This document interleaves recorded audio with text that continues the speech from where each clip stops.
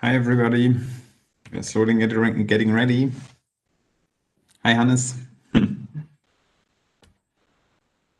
Hi, good morning, good afternoon, depending where you are.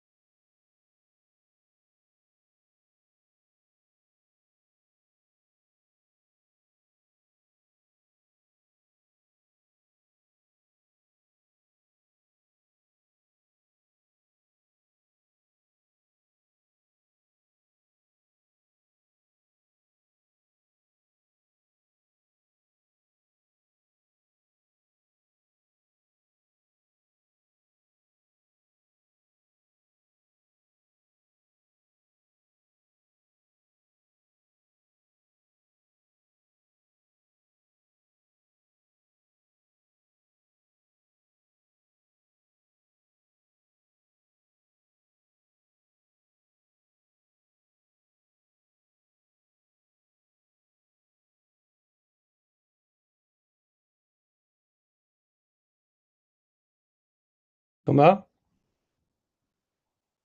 Yeah, you should play music because we are not sure that we can hear you. No, I know that can you talk? Sure. Yeah, okay, I hear you. It's okay because there is no music, so nobody knows if the sound is okay or not. You should sing then. Yeah. Hello, Nella. Yeah, getting out some boombox or something to play some music. Yeah. Directly streaming would, of course, be cooler, but yeah. Yeah. For the breaks, that might actually be an idea. Yeah, I think we are ready to get started soon. Anyways, so there has been an announcement, so we will have the closing session slightly earlier than scheduled, so 20 minutes earlier. So at 5:30 p.m. if you're in the Central European time zone, and correspondingly 11:30 a.m. if you're in the US Eastern time zone. So that's one small update for the schedule. Yeah. Otherwise, I think we just will wait 2 more minutes and then we can proceed with the keynote talk. Yeah.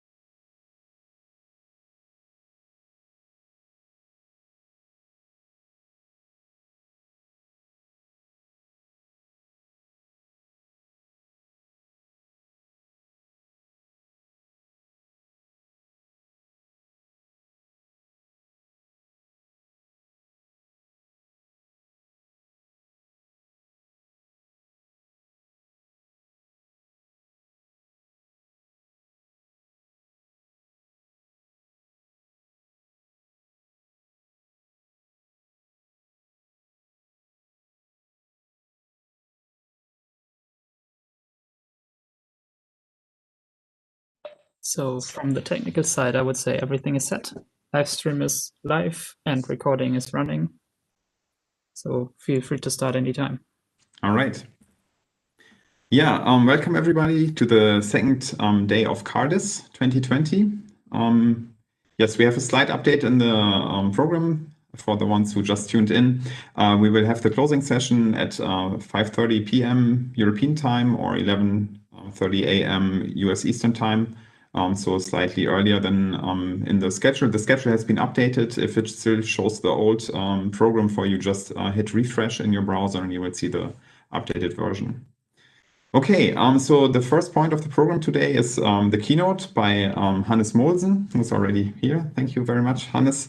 Hannes will talk about the security of how to secure embedded systems, his experiences, practical experiences. Let me give a short introduction for Hannes. Hannes Mohlsen is a product security manager with Draeger. It's a company local here in Lübeck. Quite big company actually, which is known for medical devices and also safety systems. They have seen a lot of attention in the recent COVID crisis due to their medical ventilators, for example, which have a high demand at the moment.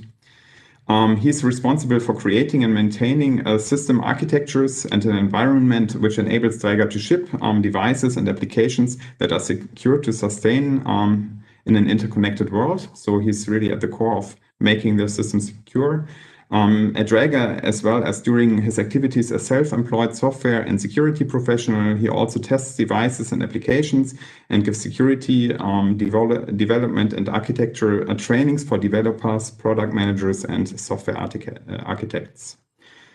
In addition, he has been working as a passionate secure coder with over 15 years of experience in web application development, software for embedded systems, and interconnected devices. So he has a lot of experience in applied security and especially also for embedded systems. That's why we are very happy to have him here today.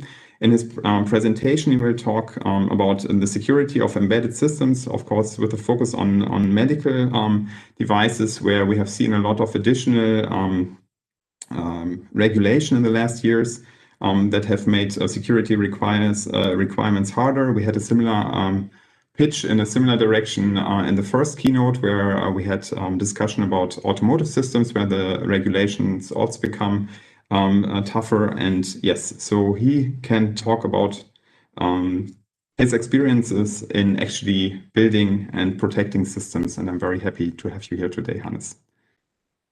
Hello, thank you very much for the introduction. So just a quick tech check. You can hear me, you can see my screen, and everything's working. I see you nodding your head. That's awesome. Perfect. So then join me on a little adventure. This is a very technical topic, I would say. So it's not about processes, it's not about regulations. It's just about one tiny little requirement. And that is use secure boot.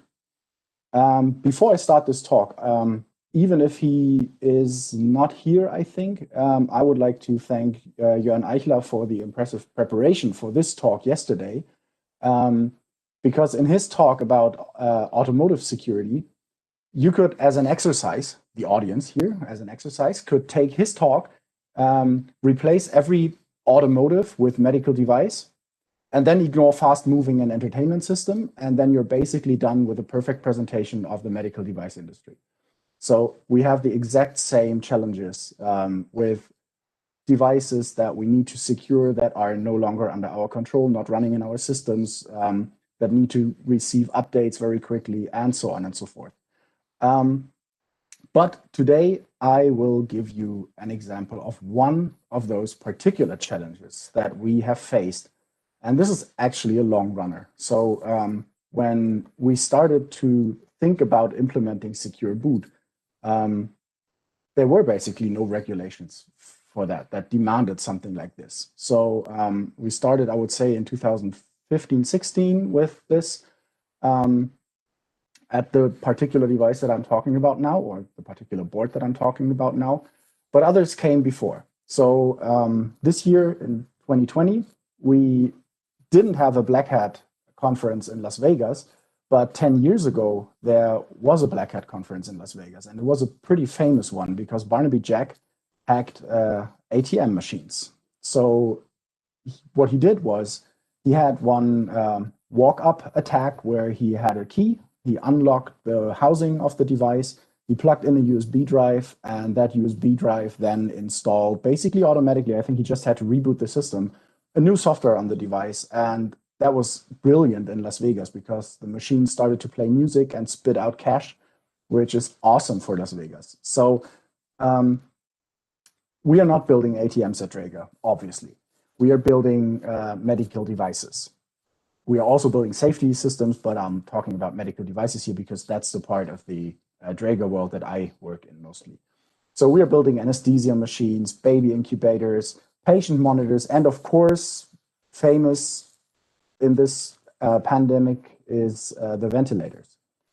So these devices have changed over the past decades, basically over the past century, because Draeger started in 1889.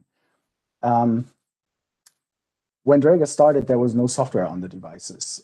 So there were no cables, there was no connectivity. There was basically no attack surface except physical access.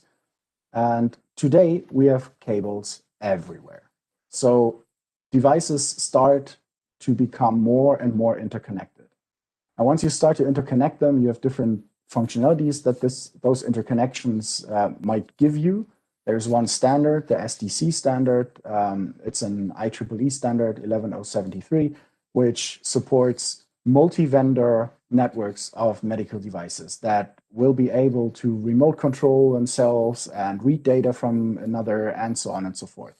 All in a very heterogeneous system. There are no longer any closed hospital networks. I mean, they were never really closed, but people always thought that. So no more closed systems, but heterogeneous systems consisting of multiple vendors, multiple devices, and they should be able to interact with each other. But there's one question that arises when you start to interconnect those systems, and that is, who is talking with me? If you are one system, you would like to know exactly what kind of system the other system is. You want to know the identity. You want to know that the doctor that changes some system on this right screen, which has an effect on the system, which is a ventilator on the left screen, is exactly the right thing. It's not like controlling the ventilator in a different room or something, or it's not a control command from an attacker on his laptop in whatever, in the parking lot or something.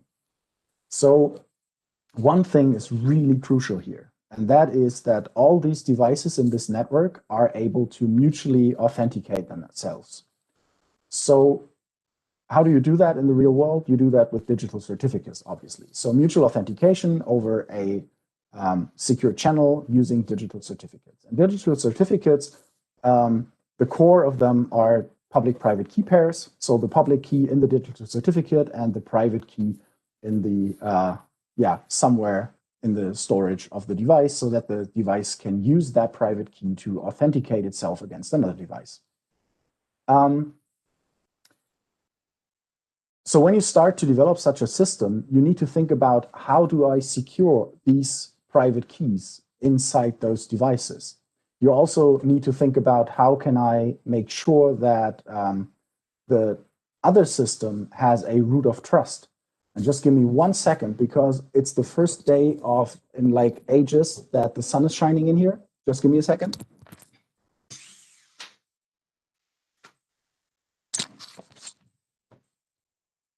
So that's better for us IT guys and developers. Not too much sunlight, otherwise we start to burst in flames or something. So coming back to the ventilators. So you connect the ventilator to a patient monitor and you need to have a public-private key pair and you need to secure the private key on the one end and you need to secure the public key because it can't be overwritten on the other side. So when you start to implement such a medical device platform, you think about how can I secure this the best way possible. And the best way possible to secure such things is to use hardware security, not software security. Long time embedded devices, not medical devices, but all devices, I would say. When they implemented some kind of security, it was mostly security by obscurity. So you had some keys stored somewhere, but if you were able to open the housing and use the data storage in another system, like connect an SD card or a hard drive to your laptop and read the contents, then it was only a matter of time until you find out the secrets. So we need hardware security.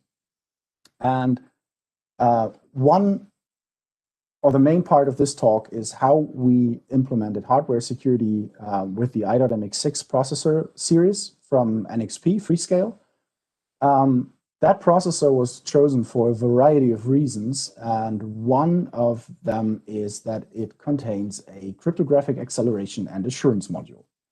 This module allows us to use certain security features that were desirable for protecting such private keys. So let's start with the hardware random number generator. So this hardware random number generator is a ring oscillator, and the jitter of this ring oscillator can be used to generate true random numbers. And this is awesome because many embedded devices have the problem that when they boot, they are so small and embedded that they don't have much entropy that they can generate during the boot time. So there were studies that found out that random numbers generated by embedded devices aren't always that good and share some factors at some point in time. So to use a hardware random number generator for generating random numbers is really the best thing you could do. So yeah, we were happy that this processor offers one. Another thing is hardware encryption, because after we used the hardware random number generator to generate our private keys, and then the certificates and the certificate signing requests and so on and so forth, we need to store the private keys securely on the system. So NXP Freescale offers a feature that is called secure non-volatile storage. And secure non-volatile storage consists of a processor individual key. So when you use an API on the processor to store something, it's basically you put a data stream in, you get a data stream out, and the data stream out is encrypted, and then you have a decrypt method where you can put a data stream, an encrypted data stream into the processor, and you get it decrypted out. And you never see the actual key that is used for that, but because the key is hard-coded in the processor. You can alter it, you can add entropy and all that stuff, but that's not part of this talk today. But to use hardware encryption is really great because you can store data on your normal hard drive, whatever it is, flash drive, SD card, or whatever. And you can have it encrypted so that the data is only usable by that particular motherboard of the device. So we use hardware encryption a lot, but hardware encryption needs secure boot. So secure boot is a precondition to use hardware encryption. Why is that? Well, if you have hardware encryption, you have an API on the processor where you can say, hey, decrypt this file. And that's it. The whole authentication is you have access to that processor.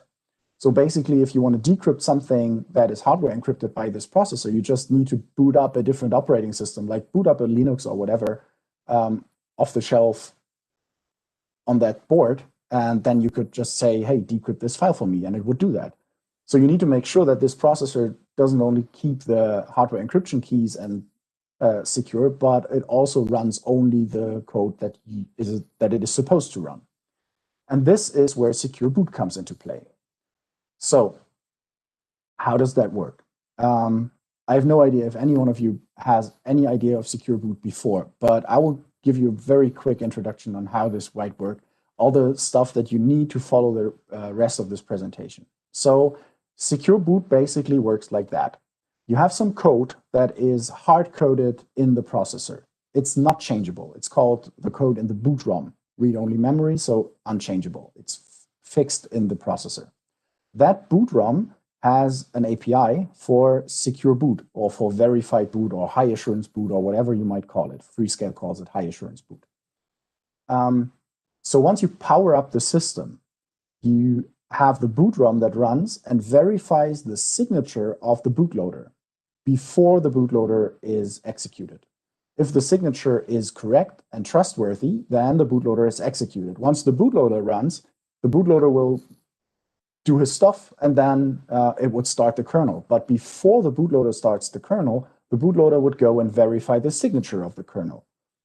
And then, depending on your implementation, you could go and have the bootloader also verify all the other executables that might run after that, and some specific board-specific files that you might need to also sign so that they are not altered. or you have that as a task for the kernel. That really depends on the implementation, but this is the chain of trust. So you always start with the boot ROM, and the boot ROM verifies the bootloader. So the question is, how would the boot ROM know what the correct signature is, or what the signature needs to be verified against? So signature is a public-private key process. So you have a private key to create the signature and a public key to verify the signature. So somehow the public key needs to be made available to the boot ROM. And this is done by fuses. This is why I have this fuse sign above the processor, because those fuses are really hardware wires that you burn through. So it's a one-time process. You can only burn them once, and then you can never change them again. So it's really important to get this right, because otherwise your board is bricked. So how would that work? To have the private keys and the certificates that you need to sign your executables, NXP and Freescale, that's NXP, Freescale. Freescale is the manufacturer of this process, but it's all hosted under NXP. It's a subsidiary. So Freescale has this hierarchy of certificates that you can generate with their tool. Everything that I show you in this presentation is public information, because you can download it, or could download it from the NXP homepage publicly. It's not always that easy, because a lot of stuff from NXP is only available under NDA. So like the security reference manual and all that stuff. So I needed to figure out how to put this in a presentation with only public information. So you can read all that stuff in this application note at the bottom. But they removed some parts of it in recent releases of the application note. So you might need to go to archive, to Web Archive, to find the information that I present you here. So the trust tree. We want to have a certificate. It has a private key, which we can use to sign our image. And we need to somehow use the API of the processor to perform his high assurance boot validation. So this trust tree starts with a certificate authority, and we can immediately forget that. So I wipe this out of this page, because the certificate authority is never used anywhere. It's just created for the sake of creating it. I don't know. So then you have 3 more certificates per branch left. The lower ones, let's start from the bottom. The IMG ones. These are the certificates, hence the keys, that you use to sign the actual executables. But somehow you need to tell the processor how the verification process works. So the processor does not know that by accident. You need to tell the processor exactly where the executable is, how long the executable is, what key is used, and so on and so forth. All this stuff is basically a script language, or a whatever script, an API at the processor that you can use, and the file format that you use to create all that stuff is called command sequence file. But you could, of course, alter the command sequence file if you are an attacker. So the command sequence file itself needs to be also secured, and this is done by using the CSF key. This is why you have 2 different keys, the one for the image and one for the command sequence file. Technically, it could be the same, but it is not by default.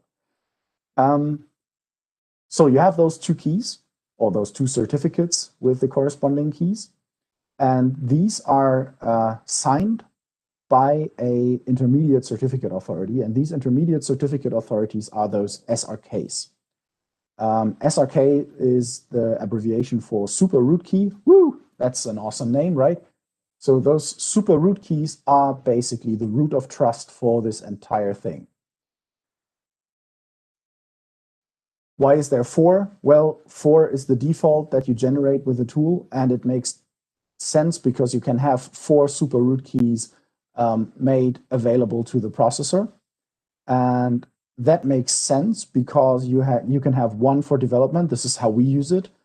So this key is always considered compromised, so we can use it for testing and so on and so forth. Then we have one for production. That one is in a safe, and you can only use it when you have a real software release or release candidate. And then we have two that are in the safe that are used for backup. That means that only the first one is published in Draeger development. The second one is accessible through some processes and organizational measures. And the third and fourth one are like hidden away. This all makes only sense if you can revoke those keys, and of course you can. So if you have a processor in the field that would accept all 4 keys, then you could, with a software update, go and revoke one of those keys. So this is what we do in production. We revoke the development key so that our development private key is no longer usable for production devices. All right. So you could now go and use those 4 certificates and fuse those 4 certificates, SRK 1, 2, 3, and 4, to the processor. But unfortunately, the space is limited in this processor. You have only some bits that you can fuse. So what they do is they use the SRKs at the bottom here, 0, 1, 2, and 3. They make a SHA-256 hash of those super root keys. Then they are concatenated. This is called the hash array. Then the entire hash array, again, is SHA-256. And this is the master hash. And this 256-bit master hash is then fused to the processor. That means if you want to go to the processor and say, hey, this is my file that you need to verify, then you have to bring all the hashes of the keys or the super root key certificates themselves, so that the processor is able to generate this hash array and then the master hash and then compare it. And that is then the root of trust. But we'll get to that at a later point. So this was kind of the introduction, so that you have maybe a basic understanding of how the secure boot stuff in this particular line of NXP processors work. If you have any questions during this talk, you are always free to ask.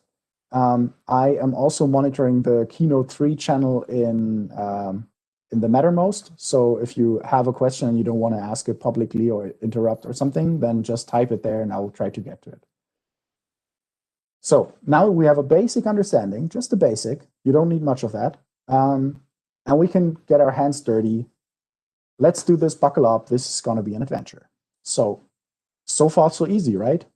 Let's just implement this. You have a binary, you sign it, you fuse the hashes of the keys, and you're basically done. What could possibly go wrong? Well, a lot can.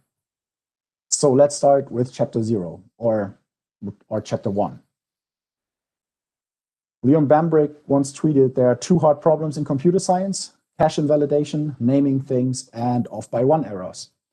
And what NXP does with his documentation is it gives you the chance of making a lot of off-by-1 errors.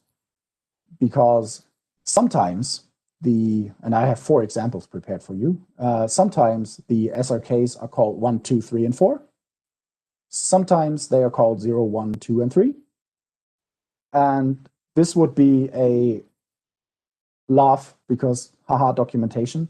But it has a real impact because in the command sequence file, you need to refer to the key number 1, but you have to have it indexed as key number 0 and so on. So this is a nice trove of mistakes that can cost you, unfortunately, some boards that cost money, because every time you fuse something wrong, your processor is burned. It's done. It's a brick. So every time, 50, 60 bucks thrown out of the window.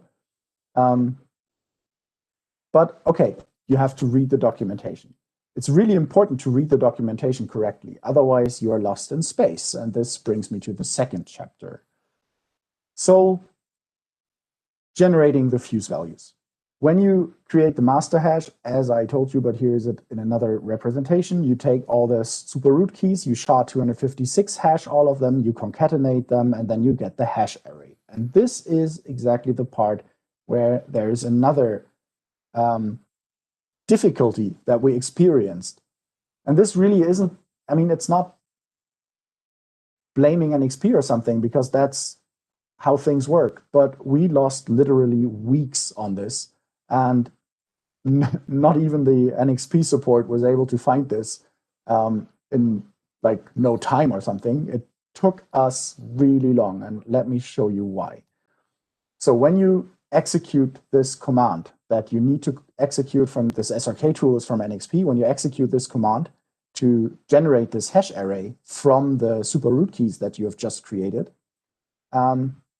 then there is this parameter -c, and -c takes as input all the super root keys that you have generated. So we take the super root keys, that is again from the documentation, and you take the super root keys, and then you have to look really closely. Because let's think, how did any one of you work with a Linux command line or Windows command line before? Of course you did. When you do that, you have completion for files in the same directory. You type the start of the file, you press tab, and you're good to go. So when you have to enter 4 different SRKs with those funny names that you can see here, you want to have this file completion. It works fine for the first file, and then you type your comma, and then you go to the second file, and if you don't have a space there, then this completion doesn't work. So individual developers at Draeger, including me and myself, did the exact same mistake. We just put a blank in there because we thought it didn't matter. So key 1, comma, blank, key 2, comma, blank, key 3. And then we tried it out, and it worked. Awesome. So for like, I don't know, like half a year or so, we thought it worked, and everything was fine, and we continued developing. And then we tried this revocation stuff, where you go and say, hey, we want to revoke the first key and use the second key. And guess what? The second key didn't work, and the third and the fourth. Just the first key did work. Why? Well, because this -c parameter just takes everything without blanks as its value. So if you have a blank in there, it thinks that the value it's the end of the value, so it just had 1 key in there. You could find this in the manual, but this is not this overview application note, but this is the only thing that I copied from a document that you can only access when you have an NDA. This is the from the documentation for this tool chain that they offer you with. It is the exact same command that you have seen on the slide before, but in this documentation, they have a note. And it says, don't leave space between the PEM file names. Otherwise, the generated SRK table and fuse will not be correct. Awesome. We just lost, I don't know, 20 boards or something. Because, of course, we fused everything. It worked for the first key, not for the second one. So be careful what you do and test everything right. All right, we could have seen that in the documentation, but we didn't. And there were many eyes that looked at that. But that's how it goes. So that was lost in space. Let's go to the next chapter, which is lost in time. And now I would like you to join me in a small exercise. So it's basically a breathing exercise. So just do what the slide tells you together with me. We breathe in, we breathe out, you continue to breathe out, you continue to breathe out, and stop, exhaled.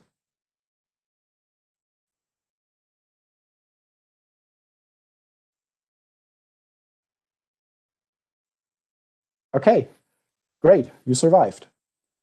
Despite the fact that you exhaled and you had no further air coming to your lungs for 10 seconds. And that is because you are an adult. It's not that easy if you are a newborn, because a newborn doesn't only breathe like, I don't know, a couple of times per minute. A newborn breathes rapidly. And when a newborn is without ventilation for a couple of times, then this is really bad. So when you design a system that is supposed to ventilate patients that are no longer able to breathe themselves, then you must make sure that the time, if something goes wrong where the patient is not ventilated, is as short as possible. And I mean, this was just 10 seconds. And trust me, I tried this out myself. I felt something after like 4, 5, 6, 7 seconds, and you really want to start breathing again. But you're connected to a ventilator and you are sedated so that you cannot breathe, but your body wants to breathe. So it's really important that you get the air. And this means that it's really important that in case of any error, and a ventilator is a computer system, so errors can happen. It can be whatever, cosmic rays or a fault in memory or whatever.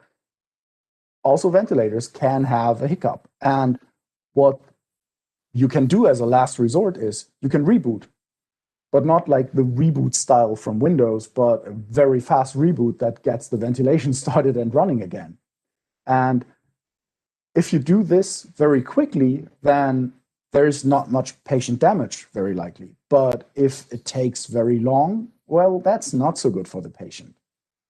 So when you introduce, as the security guy that I am, when you introduce something like high assurance boot, then you get questions from all the medical device safety experts in your company that say, hey, does this stuff increase the boot time? Because we don't want to have the boot time increased. And I was like, well, I have no idea so far, because we couldn't try it out. That was just at the beginning, right? We just had documentation for that stuff.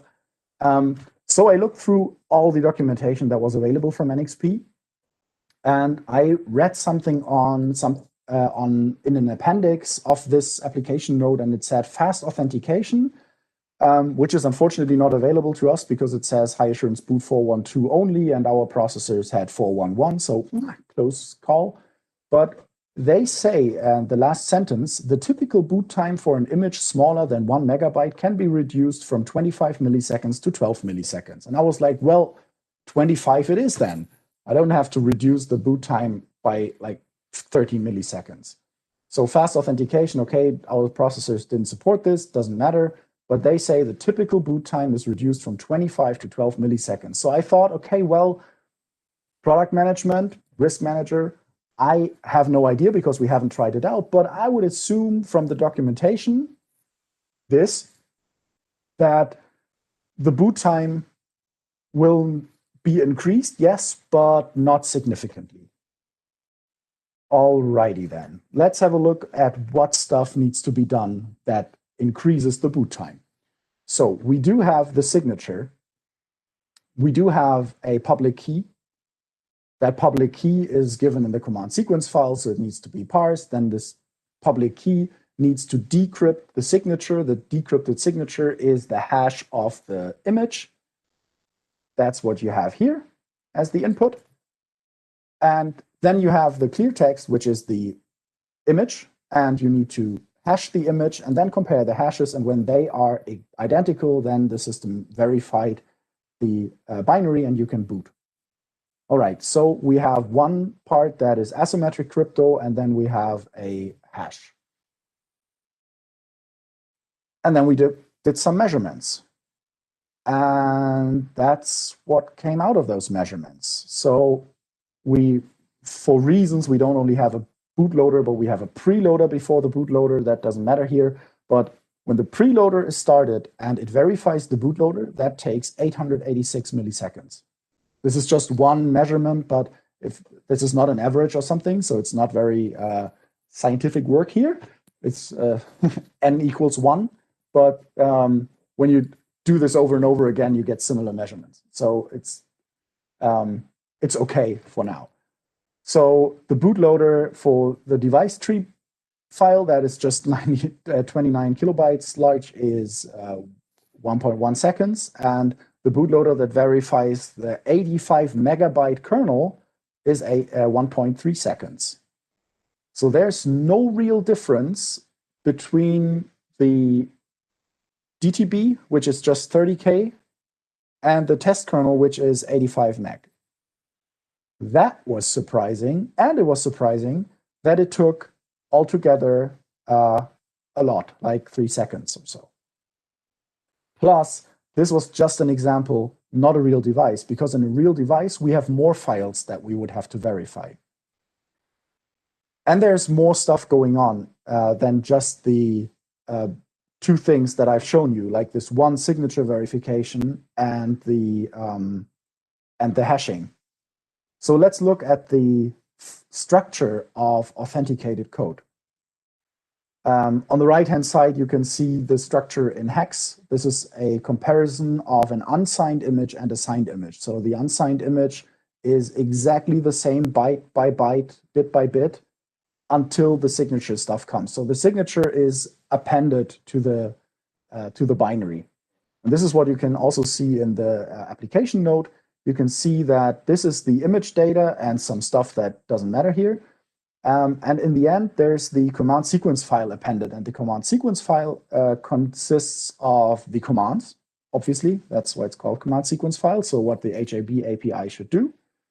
The SRK table, because you need to have all 4 SRKs to generate the master hash to get to your root of trust.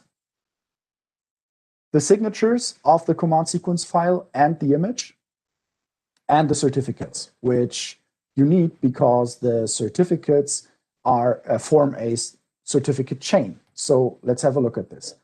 We have the command sequence file, and the command sequence file itself is hashed, and then you have a signature over this hash. So the hash is encrypted with a private key, and this needs to be verified. So first of all, the processor needs to hash the command sequence file. Okay, that's irrelevant. It's a tiny little file. It doesn't take too much time, I guess. But then it needs to be verified with the command sequence file certificates key. But is the command sequence file key trustworthy? Well, you don't know, because the only thing that we have fused in the processor is the SRKs. So what you need to do is you need to perform another public-private key pair asymmetric crypto verification here. You need to verify the signature of the CSF1 key, which is signed by the SRK1. So this is our second verification here with asymmetric crypto. And then we have the image. And the image is, it doesn't really matter how large the image is, because the hashing really doesn't have a real effect here. You generate the hash, and then you need to compare the signature's value to the hash. So you decrypt the signature asymmetrically. Again, 250 milliseconds. You have it signed by the image1 key. The image1 key is signed by the SRK. So you have, in total, 4 different asymmetric verifications going on before you can verify a single file. And all these steps took together roughly 1 second. So we said, well, every single asymmetric verification takes 250 milliseconds. So how the hell would NXP come to those 25 milliseconds that they have written in their application note? And of course, we asked them, but they had no answer to that, unfortunately. And remember, every verification takes 1/4 second of your breath when the system reboots. And this is not good. And this is not good for a second reason, because that was the point where we missed the deadline to have secure boot enabled from the get-go for all devices on that new platform. Because at some point, the devices are ready and everybody's like, well, Hannes, seriously. So you can't have your ventilator standing there waiting for the pandemic and not being released because, well, it doesn't boot securely. One has to add that the features which we had as a reason to introduce secure boot, which is the authentication with digital certificates in the network, weren't in the first release of those devices. So that was the point where we had to step back and say, okay, we missed it. We cannot do this in time. The first releases need to be without secure boot, but everything without secure boot does not get those digital certificates for the networks. And then we continued, of course. I mean, this is not the end of the story because we have like 20 minutes left. So we continued, and we had more time and more boards and more measurements. And what you can see here, this is actually not single measurements, but this is mean times of multiple measurements that a student did. What you can see here is that the size of the executable, of the binary that you need to verify really doesn't matter that much. It's really, I mean, yeah, 338, 337, but what really matters is the size of their keys. So, okay, we had a lot of boards fused already with 4096-bit keys, but that is one of the reasons why this whole thing was so slow. I mean, the 37 milliseconds for the bootloader are much closer to the 25 from the manual, right? But they had not a single example with 1K keys. They had all examples with 2048-bit keys. So I have no idea how they got the 25 milliseconds, but it doesn't matter. We did our measurements. So the first thing we could do is we could reduce the key size. But if you reduce the key size, you are susceptible to factorization attacks. Lucky us, it's not yet that far. So, well, I mean, 1K is, I would say, discouraged from being used. 2K is at the edge. But if you look at the factorization challenge, you can see that there is still a couple of bits left. So the last factorization from the challenge was published in February this year, and it was 829 bits RSA factor. So there is still a little bit room left for 1024 bits being practically hackable. And that's what it's all about, right? I mean, we have physical attack vector, so you need to touch the device, install a new software, alter the device, and so the attack vector is really not that common and not that easy for an attacker. So the motivation also comes into play here. The second thing brings us way more. That's reducing the number of files. So when we started, we had like 8 to 10 files that we needed to verify. These were all the executables, the kernel, and a number of device configuration files. But as you have seen from the previous slide, every single verification takes a second or half a second or 100 milliseconds. So if you reduce the number of files, then you have the most gain. And this is what we did. This was the large refactoring. But this came in very late, right? I mean, the first product was released, and then you had to put everything back to the drawing board and change stuff so that you have everything in one file, and there was difficult stuff. But we managed it, so we put all this in a so-called ROMFS so that we just have to perform actually 2 verifications. It's the one for the bootloader and the one for the kernel. All right. Now we have almost reached the Tower of Trust. So we have a device that only boots the software that we sign at Rega. Awesome. But the Tower of Trust, unfortunately, has some serious cracks in its foundation. And that leads us to the unfortunate event of a vulnerability in boot ROM code. Remember, ROM, read-only memory? So what will be the patch for patching the boot ROM? It's basically throwing the device away. I mean, not the entire device. You wouldn't throw away a 20K euro ventilator. You would throw away the mainboard. But that's basically what you would have to do, because there is a vulnerability in boot ROM that can circumvent secure boot. That was published in 2017, and the good news is only devices that use secure boot are in fact affected by a vulnerability that practically disables secure boot. That's awesome, right? That was the good news from the security advisory. So most people were not affected. Yay.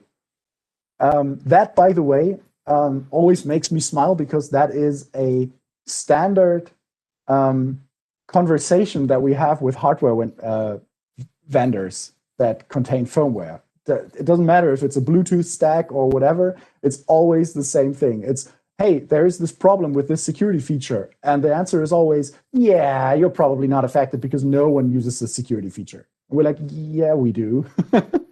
So because I didn't want to like show some emails that we get and like publish emails without asking the sender, right? Here's something that you can look up using Google because it's in the public NXP forum. And there was Scott, and whoever Scott is. And Scott asked for the security reference manual. And the answer from NXP was, and that I think is a good example for what we experienced with a lot of hardware manufacturers. The answer was, you can develop without the security reference manual. I mean, what the document provides is only details about encryption and security systems. I mean, if your application doesn't need those features, you wouldn't require this document. Guess what the answer of Scott was? Yeah, that's exactly why I'm asking. But I will get to that in a second. We have another example for this. Okay, that was the good news. The good news is if you don't use security features, you're not affected by security feature problems. The bad news is, how do you find such vulnerabilities? I mean, not finding them by reverse engineering stuff. I mean, you have a product in the market. Luckily, this was not in the market in 2017, but you have a product in the market, and the product in the market has some hardware, and the hardware has a problem. We all know how this works for software, and this is a pain, really, for software alone.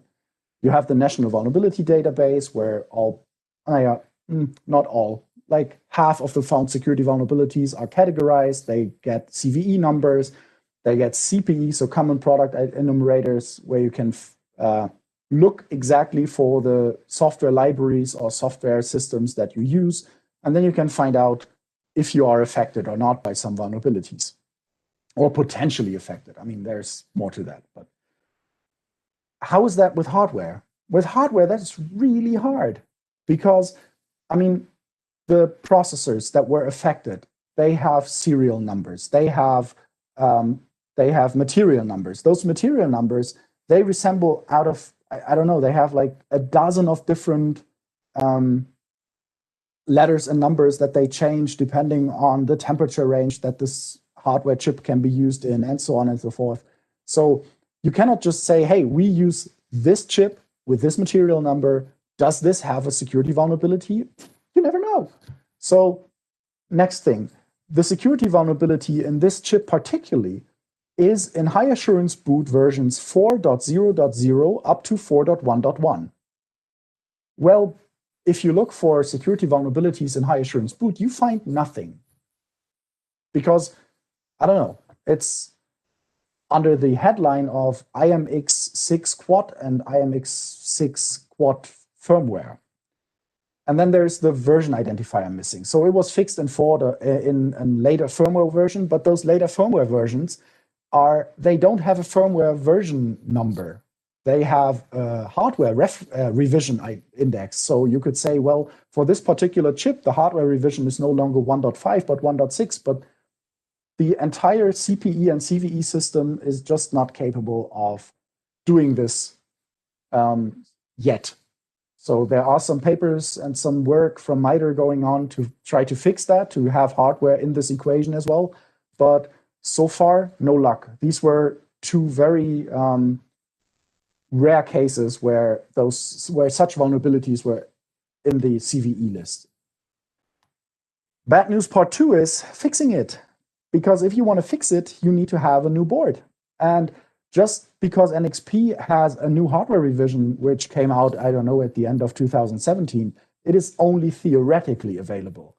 Because they have already manufactured a bazillion of chips with the old hardware revision.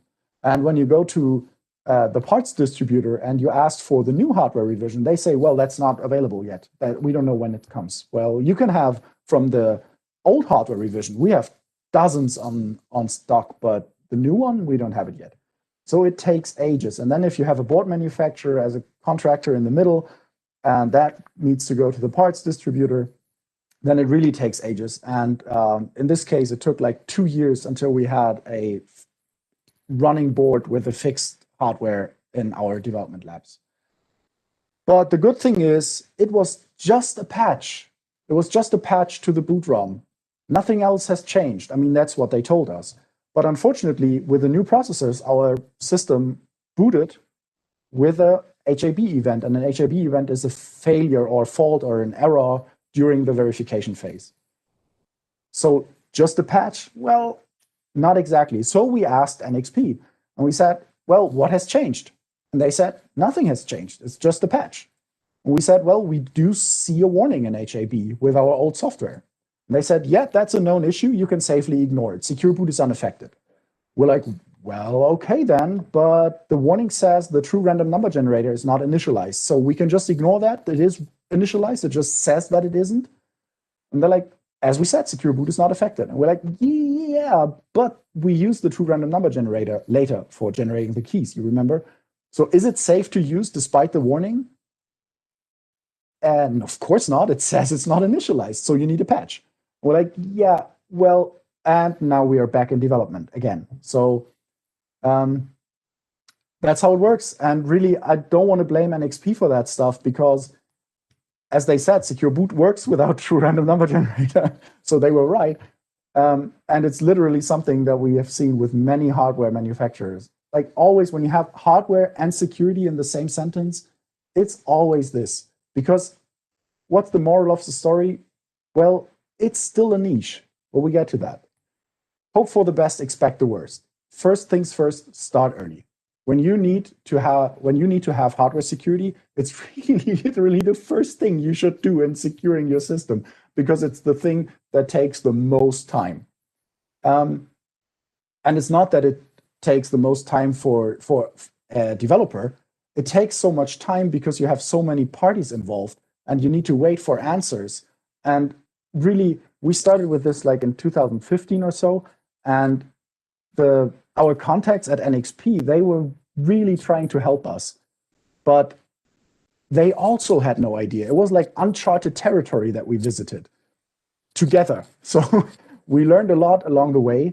Many of the examples that I've shown, and also from the documentation, were from revision 1 or revision 2. At this point in time, the documentation is way better. So it is a niche, but things are getting better. But because it is a niche, read the documentation carefully. It can save you weeks and months of development time. Because all this stuff is really not designed for usability. It's really for, I don't know, nerds. It's not meant for normal people. It has basically no error protection whatsoever. So if you do something wrong, it fails silently and you find things out way too late. And hardware supply chains are very, very slow.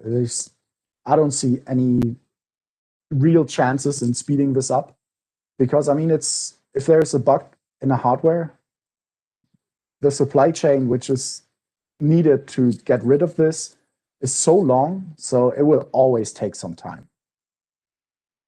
And even without being perfect, it's way better than nothing, right? I don't know if you are also into web application security, but there's this very cool tool called OWASP Zap for pen testing web applications. And there is this security header that it checks for. And just recently, there was a bug filed, an issue filed for Zap that a misconfiguration of the security header leads to a medium risk, but not having the security header at all leads to a low risk finding. So this needs to be changed, of course, in Zap because it doesn't make any sense. But that is somehow the stuff that we experience with hardware security. So if you start doing it, it's really hard. But without being perfect, I mean, it's obviously better than nothing. I mean, somebody would need to go and crack 2048-bit keys now. It's not 4096, alrighty then, but it's still a lot of work to do. And even with devices that would maybe have some security vulnerabilities, luckily we were able to get a hold of this quite early in the development of all this remote stuff. But even if there are such things, you need to have people that are capable of doing this and are willing to do this. So they need a motivation and they need the skill. So even without being perfect, you can get rid of, I would say, 90-something% of the potential attackers by just having crypto. That's like, I mean, even in Hollywood movies, if there's crypto, everybody's like, oh no, I can't do anything. And then go to 1, please, start early. All right, so that was it. Hope for the best, expect the worst. That was my little adventure that I had, or that we experienced at Draga with just implementing secure boot. I mean, it can't be that hard, right? It's just secure boot. Thank you very much. So let's see if there are some questions. One is there from Coughlin. How was the vendor's responses to your questions on secure boot setup? Did you get the feel they were common questions, or that not a lot of customers were really using it or using it correctly? So my impression, and that's just my personal impression, was that we were basically the only ones in the entire world of this famous processor line of the i.MX6 processors that was using secure boot at that time. Notably at that time. Since then, a lot, really a lot has changed. For example, the high assurance boot support in U-boot was introduced. So when we started, it wasn't there. But since then, U-boot, the bootloader that we use, has high assurance boot implemented. So it's really easy for developers to use this feature now. They don't have to use the high assurance boot API directly on the processor anymore. That makes things really easy. Many operating systems can continue this change, so from the bootloader to the kernel, and then use those features to verify the executables and stuff. That was all not there 3 to 5 years ago. So I would say it's getting more and more, but at the time when we did this, we really felt alone in the dark. Then there's another question from Benedict. He said, that I said, we started working on Secure Boot in 2017. When did you begin to field devices with Secure Boot? And would you say your biggest mistake was that you worked on this ahead of time? Actually, that is a really good question, because I had this feeling once people that understand security more than I did, way more, implemented this stuff in U-boot, and you could really compare like the code that we wrote while we were learning this to the code in U-boot. And well, we learned a lot from the code in U-boot. So thanks for the U-boot developers. So for some parts of this, I would say if we would have just waited 1 or 2 years, then it would have been way easier for us. Yeah. But that's the problem of being an early adopter in this case. Yeah, 2017, I just looked at my emails, and it was actually 2017 when we started actually working on that. There was some preparation going on before, but that's it.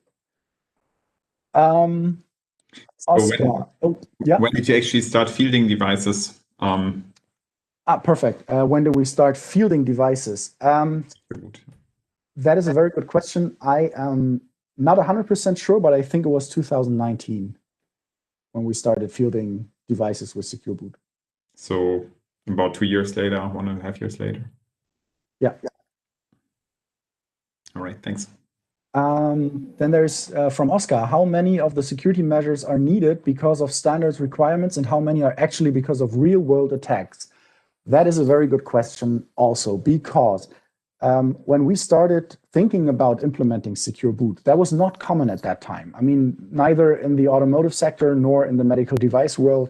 Having Secure Boot was stuff for Xboxes and PS4, but not much for industrial control systems and the like.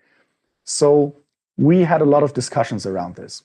And what really caused us to implement this was not the fear that someone walks into a hospital and changes the software of a ventilator. That's really something that from my personal gut feeling, and I'm not a risk manager, I'm not responsible for that at Draga, but from my personal gut feeling, I would say this is unlikely to happen. Maybe if there is some attack on a VIP in some countries, whatever, but I don't have my tinfoil hat on right now, so please bear with me. I have no idea if this is a real attack or not.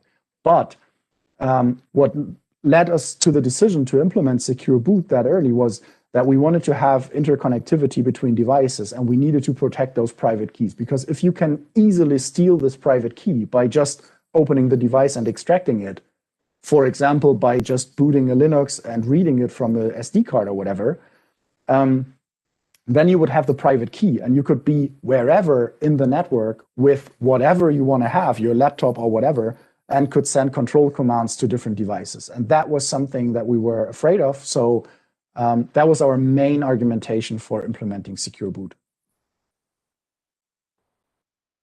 Do you know if there are any side channel countermeasures implemented by NXP? I have no idea, honestly.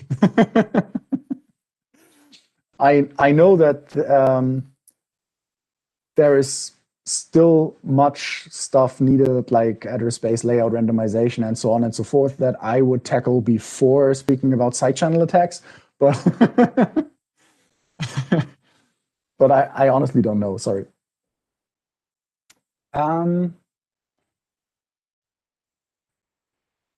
So yeah, I think in the chat, that's it, right? I don't think there are additional questions in the MetaMost at the moment, or the chat actually in WebEx also has the same questions.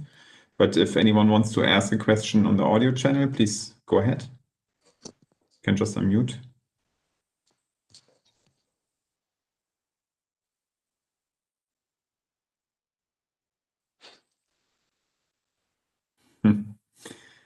So that's actually one more question now, yeah. What do you do for anti-rollback? Anti-rollback is a very, very difficult topic, and it takes a minute to explain why. So you have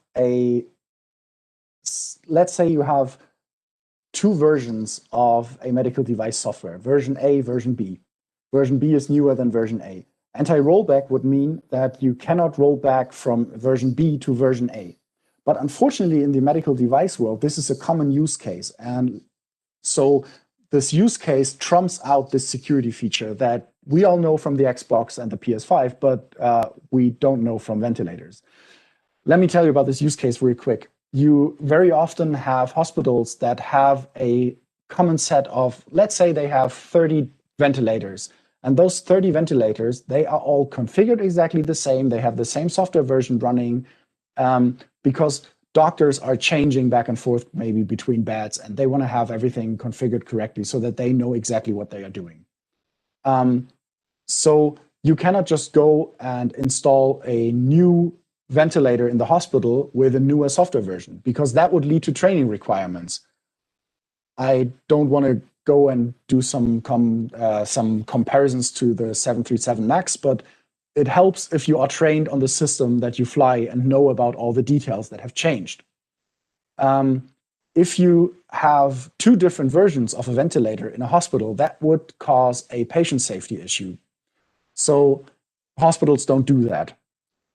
But our production very often works the way that they create the ventilator in the latest, greatest version, and then it gets shipped to the hospital, and the service technician adapts it to the hospital, and that is a rollback. So it's really, really hard to come up with a useful and usable mechanism for this anti-rollback attacks in medical devices. All right, any further questions? And there is no chance to exchange part of the software stack without affecting the usability, basically, so that you have components. And that basically means if you find security issues in your software stack, you will not be able to remove them, basically, right?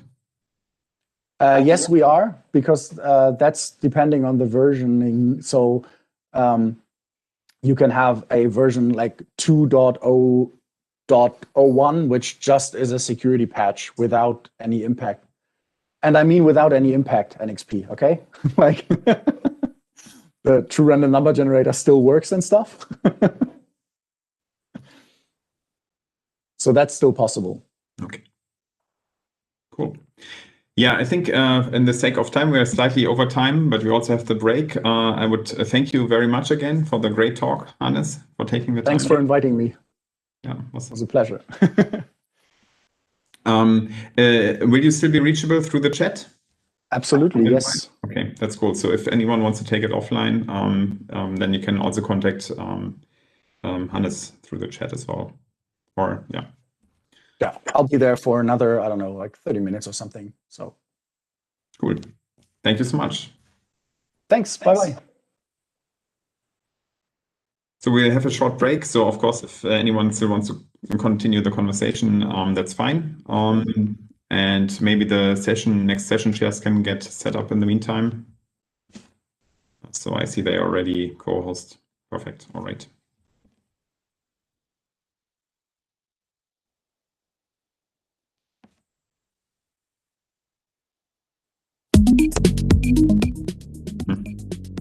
There's some music. Yay. Yeah, great. Thanks to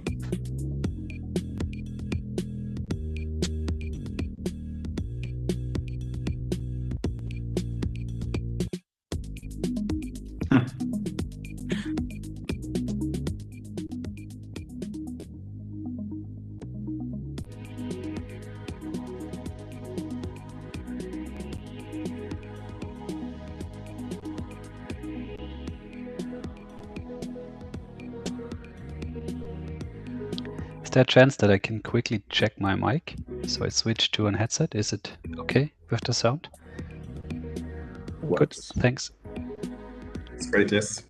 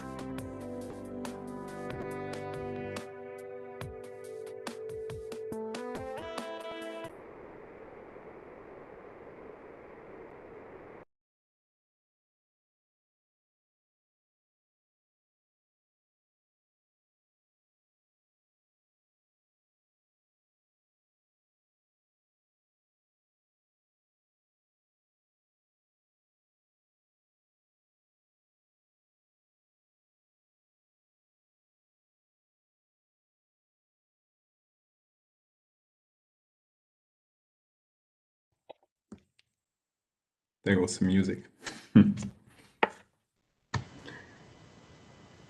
Yeah, the presenter rights are now assigned to the next speaker. So my screen share ended here. That's fine, I guess. I mean, it's 1 minute before the next session. Perfect.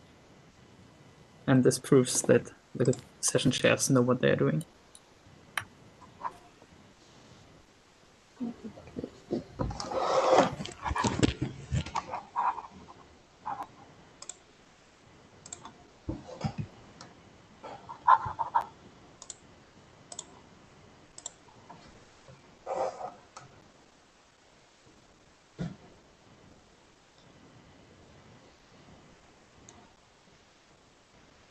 Okay, so I started to share my screen. Do you see it? Yes.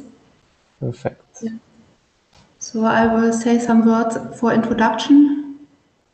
I think it's 3:10, so we can start. Is it okay? For me, yes. Okay, so welcome everyone to the third session of CARDIS 2020. The third session is about side channel attacks or physical attacks, part 1. So we have 3 talks in this session.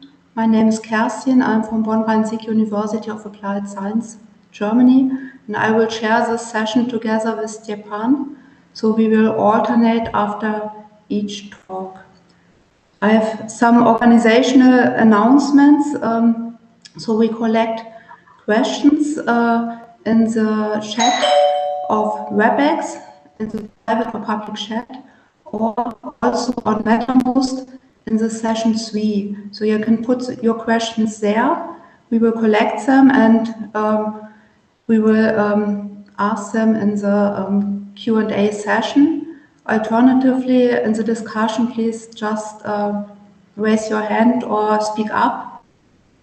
So this is an alternative option in WebEx. So I think we can then directly start with the first talk.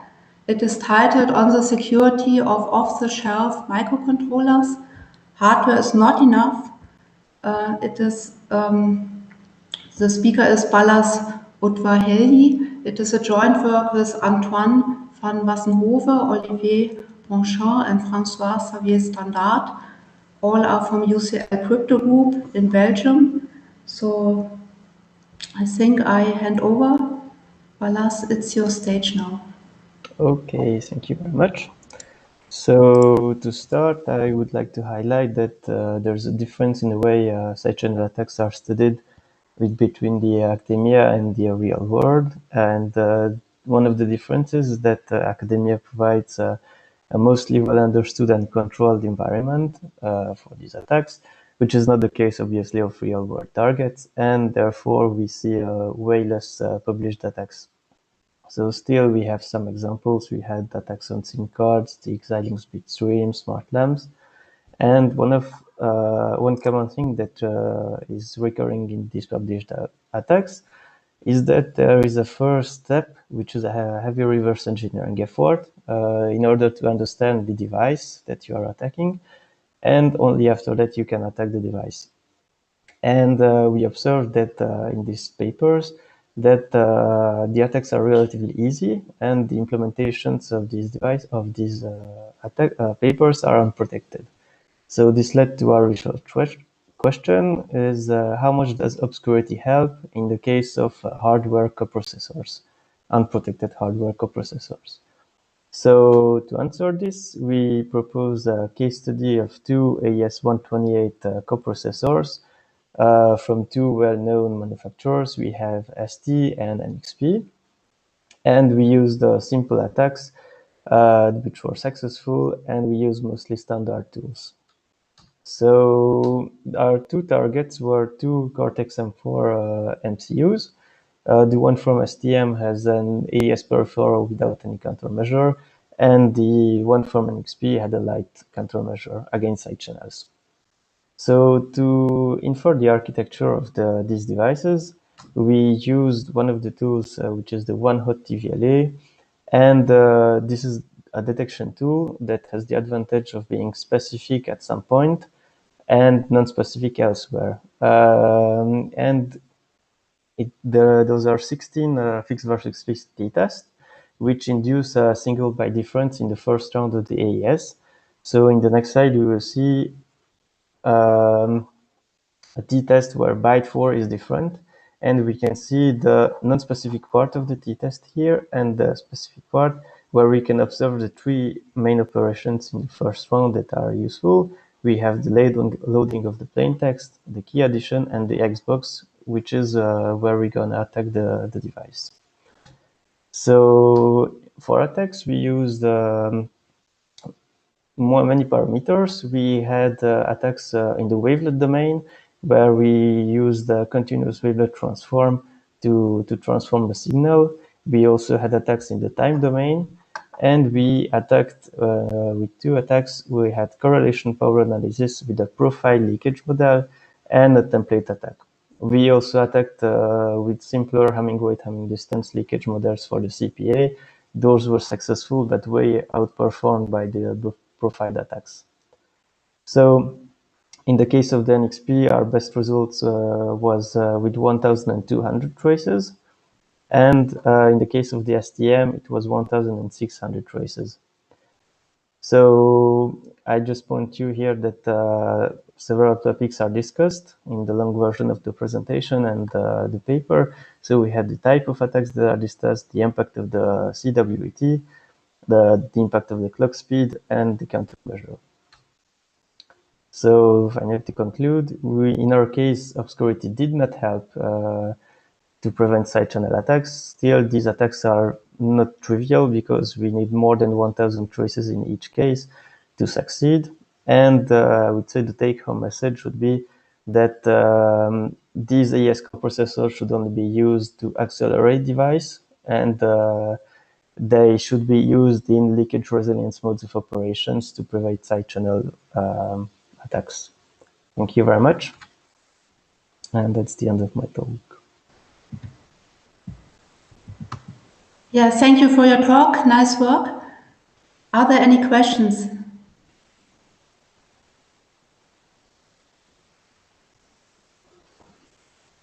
Any questions from the audience?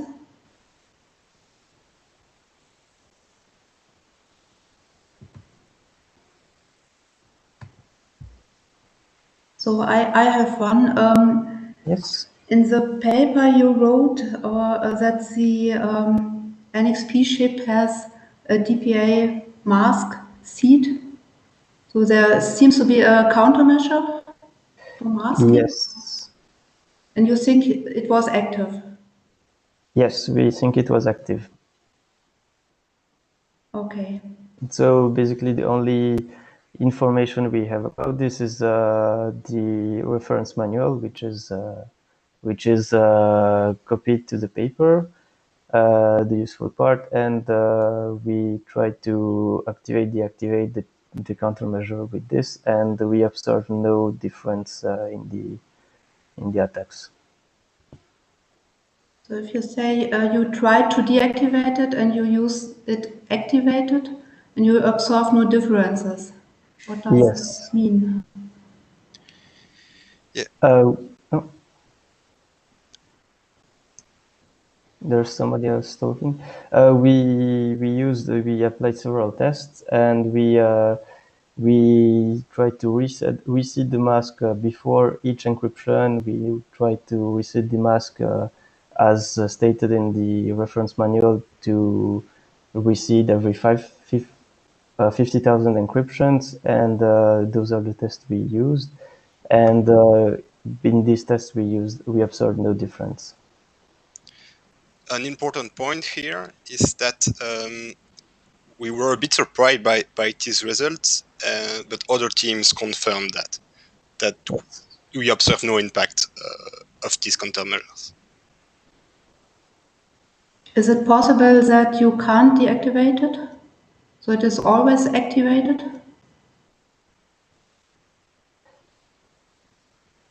Maybe it cannot be deactivated, but it can be maybe the effect of the mask seed register could be minimized if we reset the same value before each encryption. Okay, I think there was a question in the chat. Have you talked about this to NXP? Yes, of course, and to ST as well. Okay, So but we had a discussion with the team in charge of the AES coprocessors from ST, and we also sent the paper to NXP before submitting to CARDIS. Okay, and the STM chip, it does not have a countermeasure, or it is not known? There's nothing that was stated in the reference manual or datasheet or anything. And with the discussion with the team, there was no information about countermeasure. Okay, are there any other questions? I see in the chat there was no response from NXP other than they acknowledged the paper and they are thanked us for sending it in advance, if I remember correctly.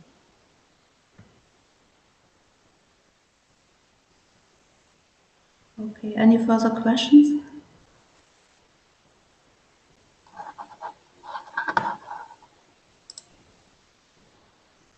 So then, thank you for now. We will come back in the Q&A session. So Okay. I hand over to Stepan. I will stop sharing my screen. Hi, thank you. So the second paper that we discuss now is called A Power Side Channel Attack on the CCA2 Secure HQC Chem. The authors are Thomas Schamberger, Julian Renner, Georg Siegel, and Antonia Wachter-Zech. I just assigned Thomas Schamberger as the presenter.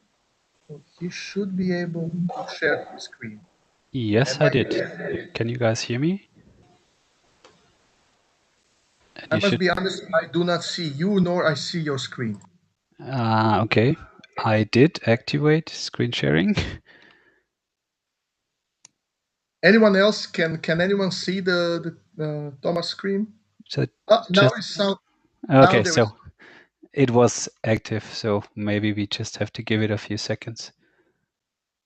So it says I'm started sharing. Okay, now at least we can see you. Okay.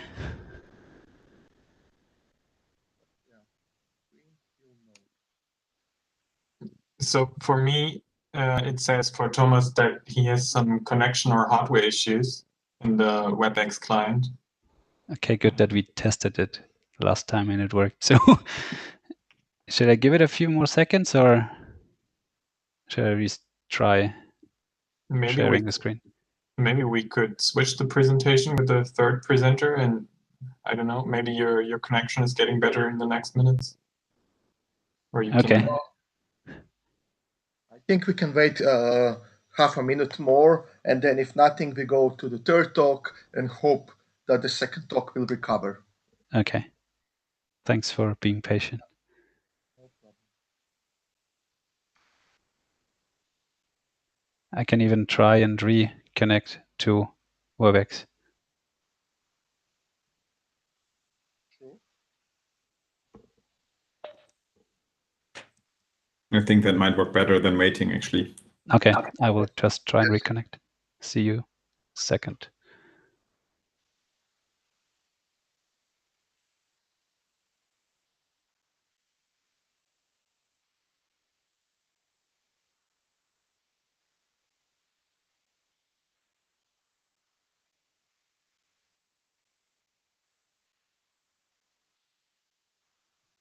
So while we are waiting, after the second talk, there is one more talk for the session, and then we have a group discussion on all three talks for the session.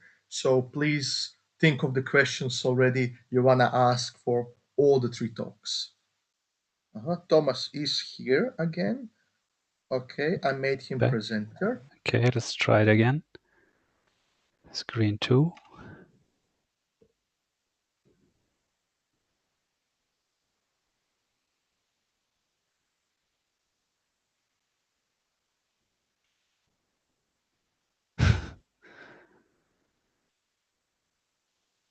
So it says connecting on the share button, but it actually indicates me with this greenish button that I'm sharing my screen right now. So okay, so at this point, I would recommend that we allow the third speaker for the third talk to present, and maybe do you have another computer or maybe a co-author can present? I do not know what the problem is, so I don't know. Can recover in next 5 minutes.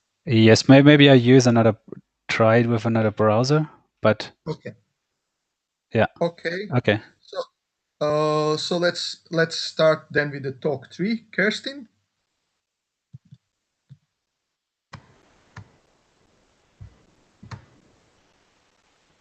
Yes, we will try. One moment.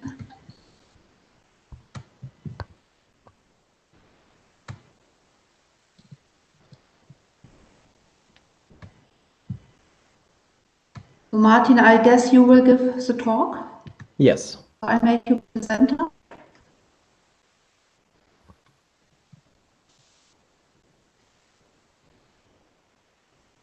Can you see that? Yes. Okay. Right. So the third talk of the session is about how it helps compromising them. It is a joint work by Martin Brisfors, Sebastian Forsmark, and Elena Trubrova, and Martin Brisfors will give the talk. So I hand over. All right. Hello. My name is Martin Brisfors, and this is a brief oversight on how deep learning helps compromising USIM. So first, some background information. As most of you know, USIM is a type of smart card. And when you get your USIM from your mobile provider, it comes pre-configured with a bunch of values. Amongst these, there's the IMSI value, or IMSI number, which is used to identify you on the mobile network. There's also an OP or an OPC value, and most importantly, a pre-shared secret key K. The key and the OPC are used to authenticate you on the network. And it's important to note that for the purpose of authentication, all cryptographic operations are done on the USIM. They're not done on your phone. So what that means is that if we have these values, we don't need your phone. If we have these values, then we can clone your USIM, which means that we can receive your texts, we can receive your calls, we could impersonate you, we could even impersonate the mobile network and try to extract information from you that way. So if we have these values, then you have a problem. And getting the IMSI number is easy, but the other two are hidden, so we need to extract those somehow. And the way we do that is with a side channel attack. So this is our setup. Using a computer, we tell ChipWhisper to send commands to Leia to forward instructions to run on the USIM. Specifically, the instructions to start authentication. So, of course, if we don't have the secret key, the authentication will fail. But that's fine, because in order to determine that the authentication failed, you still have to run the authentication algorithm, and we will be measuring the power while that happens. The authentication algorithm I've been talking about is Milanosh, and here's a diagram of how that works. These yellow boxes that say EK are encryptions. And if you look at the top of the diagram, you can see this RAND XOR OPC encrypted. That's the part of the algorithm that we want to attack, because it only depends on OPC and the key. It turns out that, as is often the case, our USIM uses AES for its encryption. So specifically, we want to recover these two values from within the AES algorithm, from within the Milanosh algorithm. So once you've gathered your power traces, you need to extract the data somehow. And this has been done in the past for USIM with more traditional means. But deep learning offers some serious advantages, and we wanted to leverage these. So what we do is we assign each of the traces a label. In our case, the labels represent the output of the SBox operation of the AES algorithm. And then we do supervised training. So we train a network, and once we have a trained network, if we give a new power trace as input to the network, the output will be a probability distribution over the labels.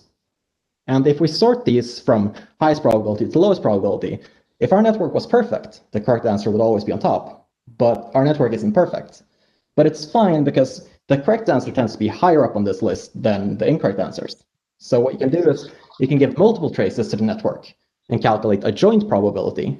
And then if you sort the joint probability, you'll find that the more traces you gave the network, the higher up on the list the correct answer tends to be. So I said how this has been done with traditional means in the past. And doing that, on a good day, you can recover the key from like 200 to 300 traces maybe.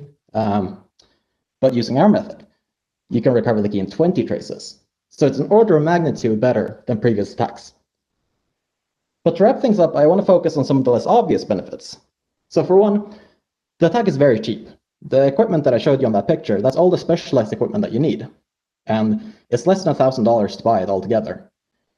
And like many profiling attacks, you can outsource a lot of the difficult work to a third party, which means that you don't need as much skill as an attacker. In fact, the only really difficult thing about the attack that we proposed is the trace acquisition and trace processing. But that's a solvable problem. And if you solve that problem, then you no longer need any specialized knowledge or skills.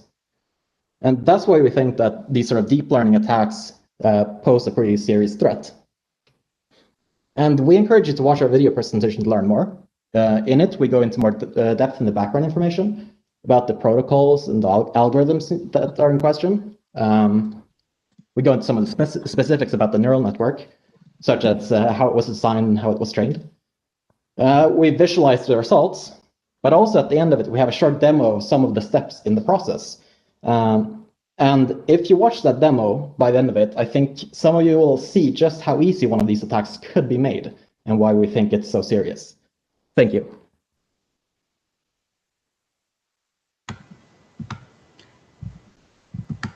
Yeah, thank you for your presentation. Are there any questions?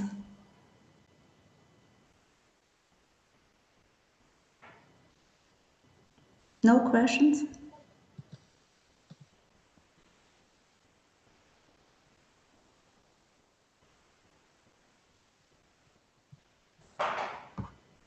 There is a question on Mattermost. Yes, okay, I read it. Was it a software or hardware implementation of the AES? I believe that is a software implementation that is on the SIM card. Next question. Does the USIM have SCA protection? So I believe that it doesn't. You should ask Elena Dubrova about that for more information, but I believe that because the simple correlation power analysis worked, it implies that there's probably no protection on it, but we don't know for sure. Any other questions? Yes. Did you train and test with different K? Yes.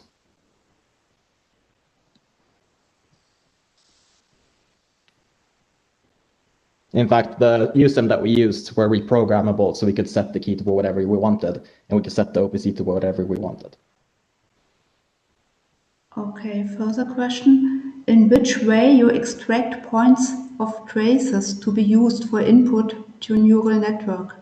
So that's interesting, because the way that we would do it if we didn't know how to do this was that we would do correlation power analysis to try to get some inclination of if there's an attack point in our current subsection of the trace, which we show how to do that in the demo. But what we really did was that we looked at the trace, because when we looked at the trace, we saw that it was using probably AES, because it had a very distinct look, the way that AES looks if you look in a power trace. So from that, we could deduce where the S-box operations happened. But it's interesting because if you looked at that diagram of how the algorithm works, there's supposed to be only 6 encryptions, but 7 of them happen. And we thought at first that maybe that's because it always calculates an OPC value from the OP value. We're not so sure that that's the case, though, because when we set it to an OP value instead of an OPC value, we had 8 encryptions. So it was a bit strange. And because of that, we had to test and see which of the first or second encryption was the one that we wanted to attack. Turns out that it was the second. And what we do is that we capture the entire first round of that AES encryption. And then after that, we feed the entire buffer into the neural net. And we do that in an attempt to make it easier to not have to determine whether or not, like, where the specific point of the attack is. So we just have to know that this is the point of attack.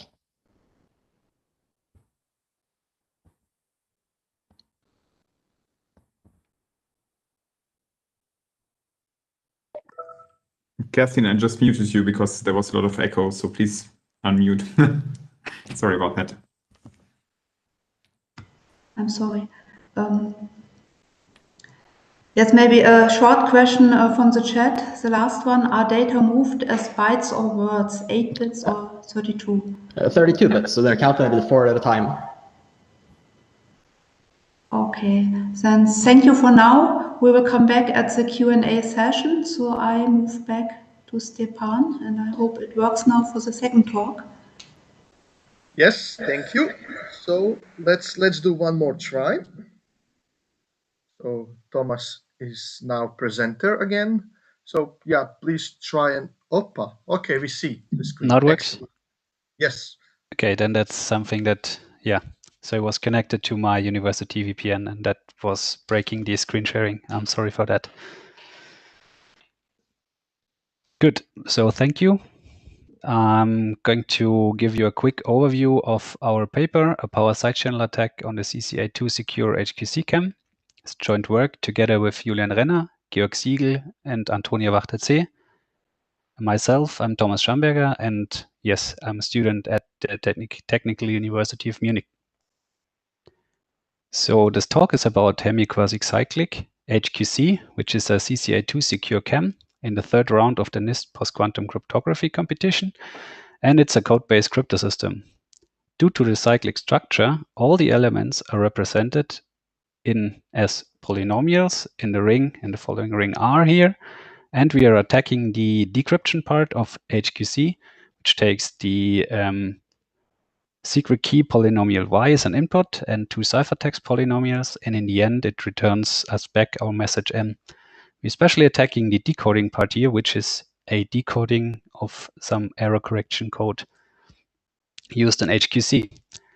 The public key encryption version of HQC is vulnerable against chosen ciphertext attacks. Therefore, the HQC cam uses a variant of the Fujisaki-Okamoto transformation to provide a CCA2 secure CAN.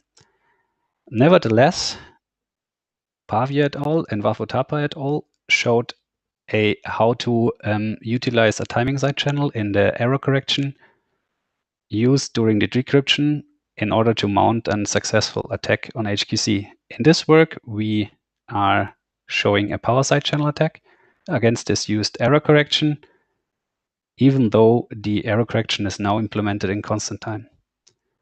An example of the error correction used in HQC is shown here.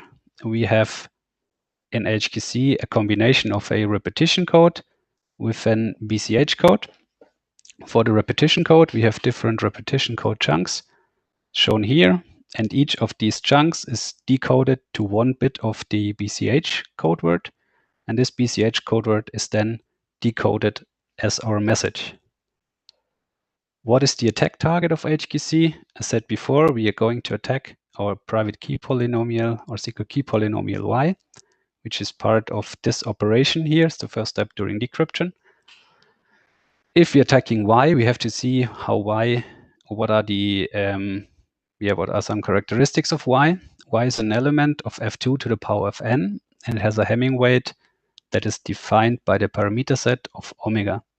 For the smallest parameter set of HQC with 128 bits of security, y is a bit less than 24,000 bits large, and it has an omega of 67, meaning it has only 67 ones.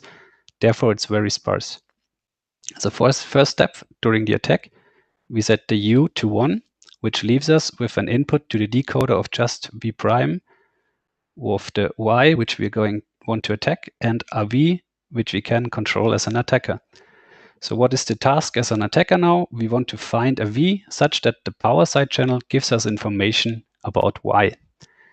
And the solution for this is, if we can distinguish correct and faulty BCH input through a power side channel, we get us some kind of decoding oracle, which then allows us an attack on y. Going to first describe how to create such different patterns for v, and in the second step, I'm going to describe how we build this decoding oracle for HQC on our measurement setup. Again, to the attack approach, we want to find the positions of 1 in y. And for this, we perform a two-step attack approach. We first find the approximate positions of 1s in y, which is the super support, and then in a second step, using these approximate positions to then find the exact positions of 1s and therefore the exact y. We can exploit the following characteristics of BCH decoding, namely, if the input to the BCH decoder is a 0, this is a valid code word, and therefore the BCH decoder does not have to correct an error. If the input to the BCH decoder has a Hamming weight of 1, this is never a valid code word and an error has to be corrected. In the paper, we show how to build different input patterns for V, which then from the repetition code gets decoded to one of these two classes, and therefore we can successively mount different tests on Y and mount a successful attack. For the decoding oracle, what do we want to do with it?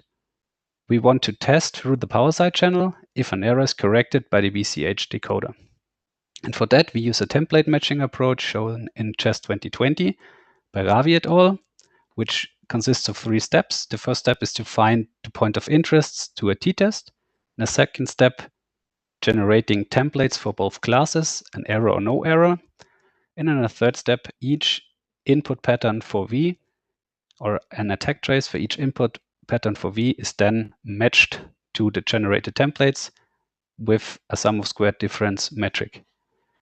I want to emphasize that the PoE detection and also the template generation can be performed in directly on the target device, as they are independent of the secret key Y. Then we examined with a t-test the different parts during the BCH decoding of the reference implementation. Here you can see a t-test of the first part of the BCH decoding, which consists of a syndrome computation. And here you can already see that there are some samples, that the t-test indicates that there are some samples that can be exploited by us as an attacker. We then also examined the second step of the BCH decoding, which consists of the computation of the error locator polynomial. And if you compare both t-test results, you can see that the t-values for the error locator polynomial are much higher. Therefore, we chose this error locator polynomial computation as our primary attack target. This also brings me to the conclusion. So we showed a power side channel attack on the HQC cam.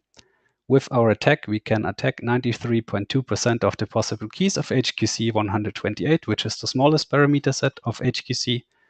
Nevertheless, the amount of keys can be increased with the trade-off of additional attack traces.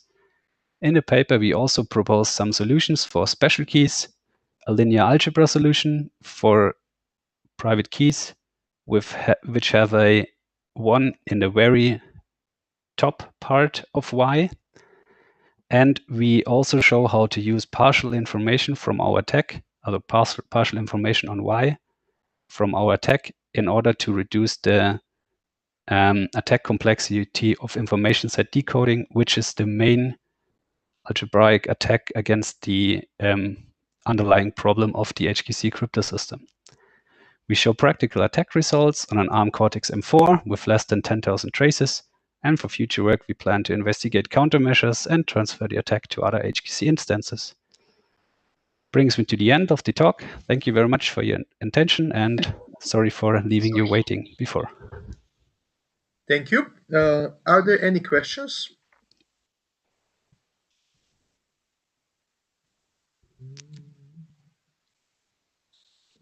I'm looking at the Mattermost, cannot see anything, also here in the chat. So let me ask a question. So you say 93.2% of possible keys can be. Okay.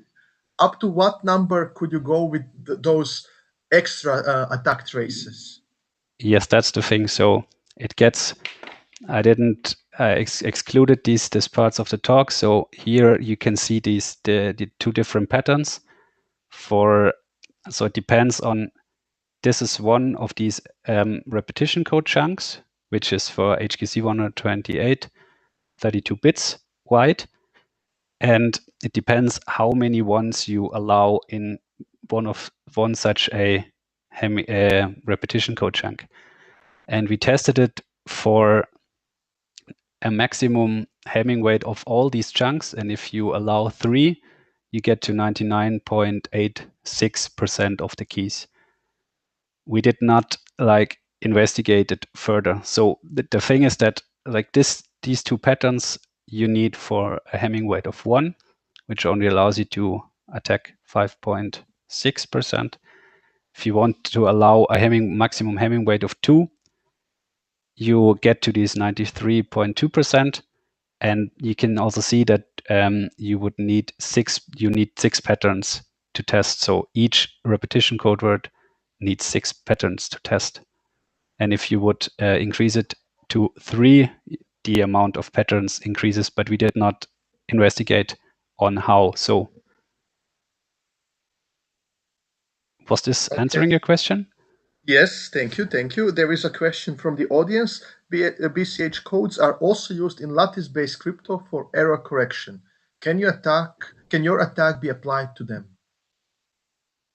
Yes, so that's basically what was done by the template, the paper that that we used the template matching approach from. So they basically showed how to attack. So I think in the current round 3 of the NIST process, there are no schemes left that use an error correction. What was shown by the chess paper from 2020 by Ravi et al. Was an attack on the PQ system luck and round 5, which luck also using a BCH code. Okay, thank you. Okay, at this point, I think it's good to stop with the short discussion to allow to have the big discussion with all 3 papers for the session. So I wish to thank you all the speakers from the session. And well, there is another question. Let's start the big discussion with immediately with a question for Thomas. Did you attack the same device as the one used for building the template, or a different one? Not the same one. So that's the thing. So you can actually build, since I'm not sharing my screen again. So if you recall that the input to the BC8 or to the decoding is consists of the V that we control and U times Y. And if we set U to 0, we remove the dependency on the secret key. So we can actually set the input to the BCH decoder to whatever we want. So we can use the same attack device. So the same device for building templates and attacking it.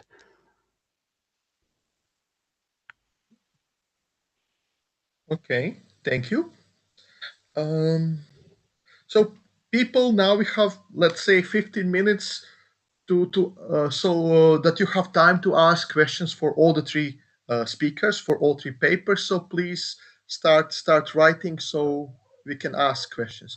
I'm immediately going to a question that was there for the second talk.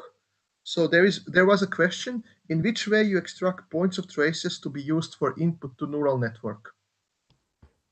Right. So the way that we did that was that we fed it way more information than it needed into the neural net, because we wanted to avoid having to be too specific.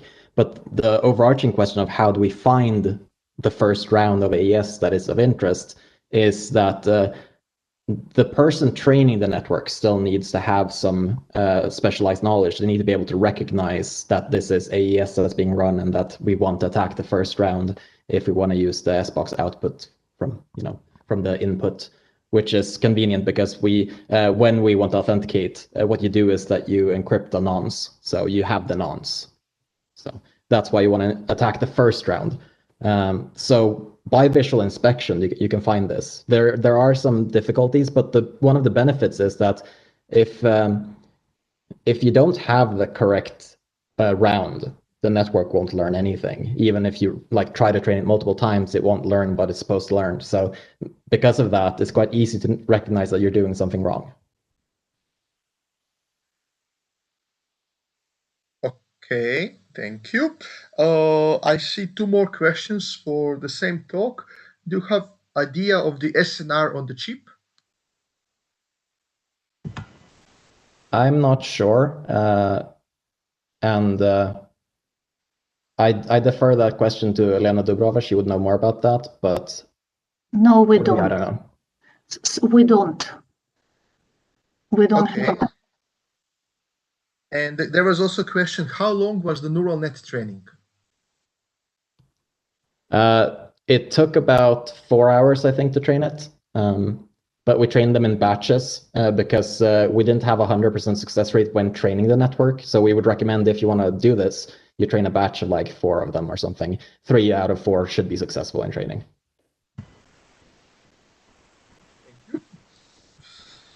I do feel we exhausted all the questions that were asked before. If we skipped anyone's question, please do write it again so that we see it. Otherwise, also ask more questions.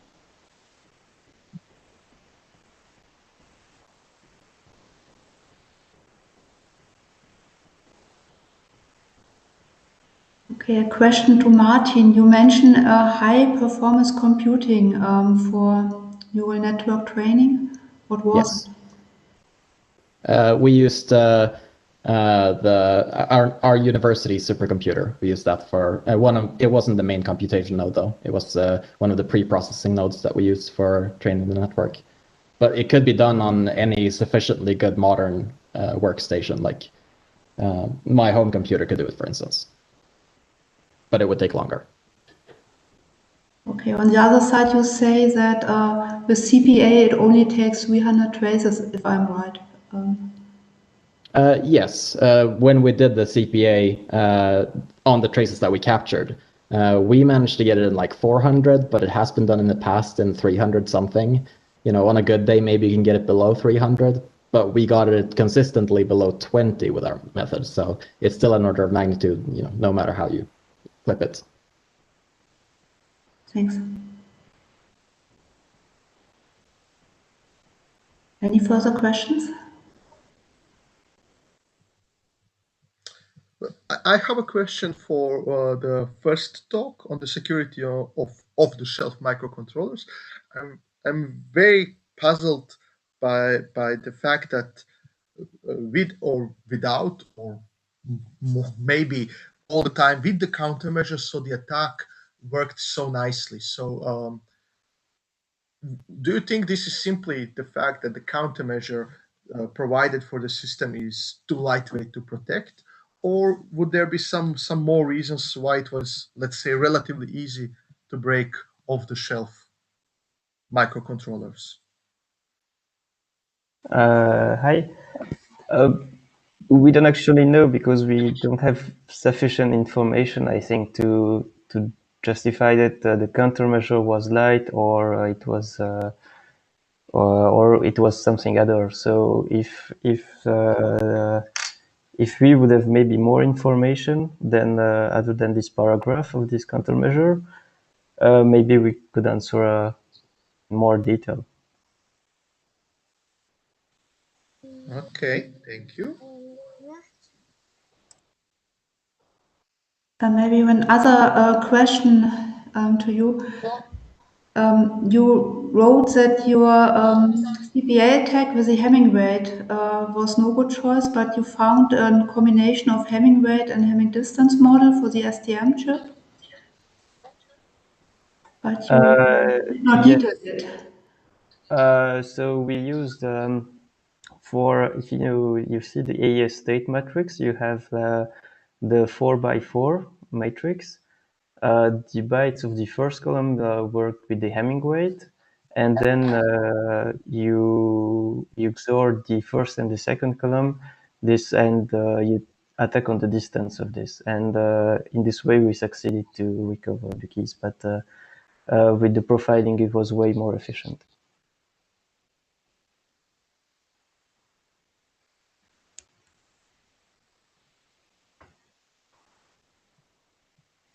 There is a question. Did you hear me? Yes, so we did attack a different device. That's, as a matter of principle, we don't like attacking the same device that we train on for neural network attacks, because then you get the matter of, if you just overfit to the input data, you have an easier time recovering the key from the same device. But we want this to be able to generalize because it's a type of template attack. So we attacked a different USIM card, but it was from the same manufacturer. So it was the same brand, but it was a different USIM card with a different key.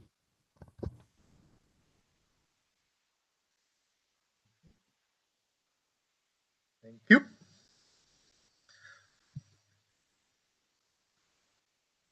I have one more question also, maybe a little bit strange question for talk, well, the third talk, but actually it should have been the second one, power side channel attack on CCA2 secure.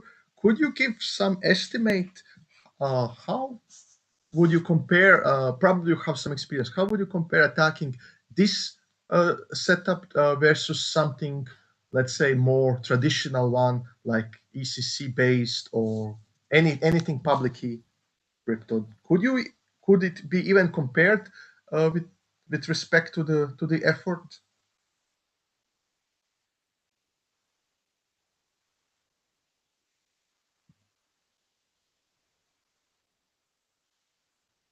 Was that a question for talk 3 or talk 2? Well, it was question for talk 2 that was in the end the last talk because of the... Ah, yes.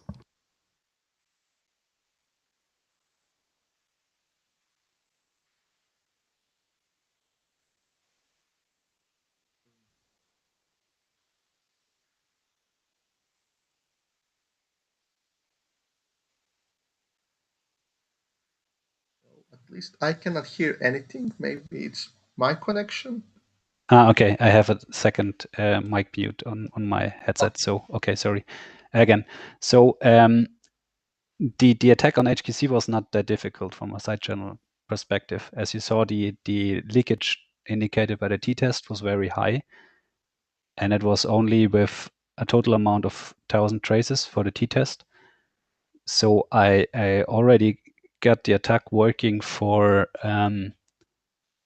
2 traces per class for building the template. So it was very easy. I had some experience with attacking, for example, RSA, but here you have already countermeasures in place, so that there's simple exponent blinding or message blinding, which gives you a very hard time because you basically can mask the key very, very efficiently. So I think it's not comparable. So it was much easier than attacking some other thing. If that's enough for some kind of feeling on how. Okay. Yeah. Thanks. Also, for talk 3, there is a question. Could you elaborate on the measurement setup? Yes, I had slides for that. If you can let me reshare my screen, otherwise I can just quickly talk about it. Yes. Okay, I made you a presenter, so try to be quick and efficient because we are almost to the end of the session. Can you see the screen now? So this was the setup. Yes. So we had some chip whisperer target board with an Cortex M4. It was the STM32F415 microcontroller. And these are basically this is the measurement setup for it. Does this answer the question?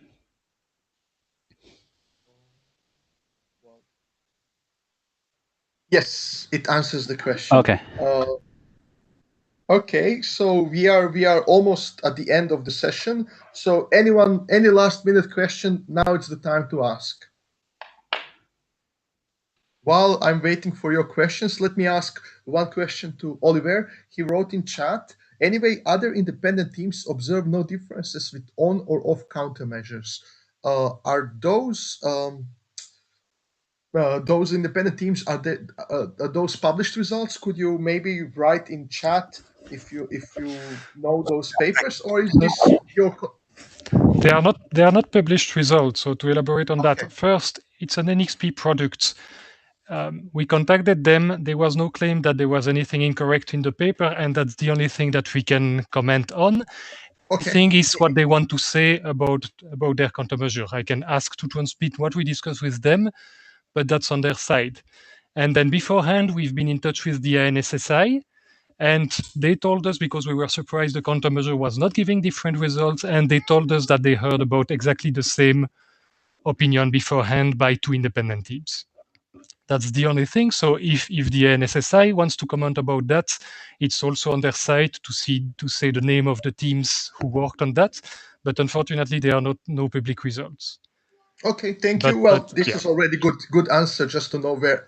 Yeah, I'm sorry we cannot comment on that, but that's indeed a problem that we cannot say more at the moment. I'm pretty sure that some NXP people, if we ask them, they will be happy to comment on that and to transmit what we discussed. But I don't want to do that before asking them. I understand. Thank you. And the last question for Martin. Do you happen to know which hardware the USIM is based on? I don't, but maybe Elena knows. I'm not like 100% sure. It's definitely a 32-bit CPU. We see that from the power trace. More, I don't know because it's proprietary. But CPU 32-bit, certainly. Okay, thank you. Okay, question for Thomas. Did you also try to attack the syndrome computation for HQC, or you focused on the computation of the error locator polynomial because it leaks more? So we focused on the error locator polynomial because it leaks more. I also tried to perform the attack on the syndrome computation, and to best that I recall, it worked. It worked similar, but as the leakage of the error locator polynomial was much higher, I took this attack target for the paper. Thank you. Okay, at this point, I would finish the session. We are already, well, 1 minute over the time, so we are fine. Thank you all. First, thanks to the presenters.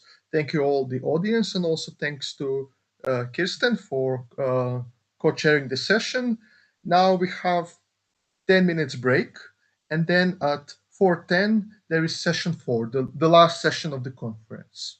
So hope to see you all in a couple of minutes.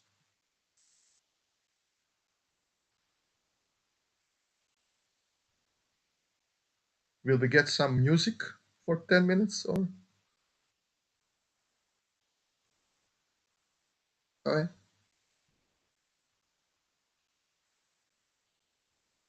It seems Tola just vanished from his PC, so I guess he will enable that when he comes back. Okay, okay. I'm sorry. I'm back. Sorry. Yeah, I had a discussion with Thomas, like the offline way.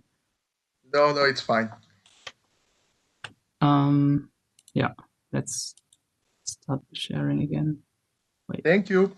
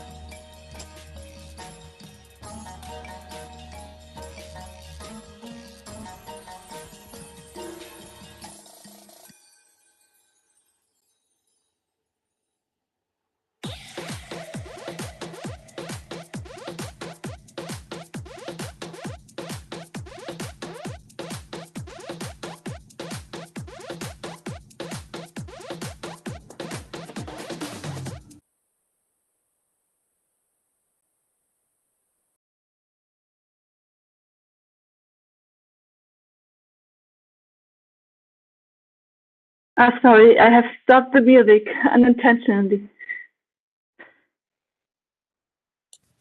That's fine. Should I bring it back? Yeah, if you want to.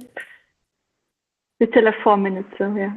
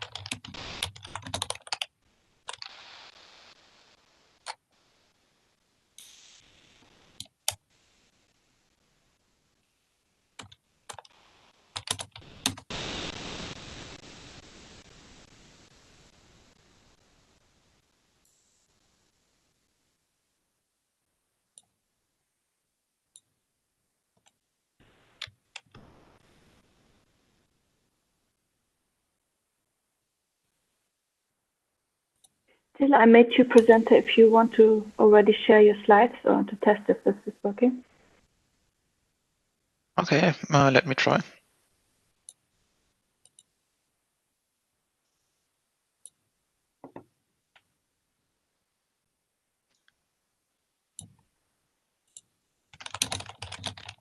That's perfect, it works for me.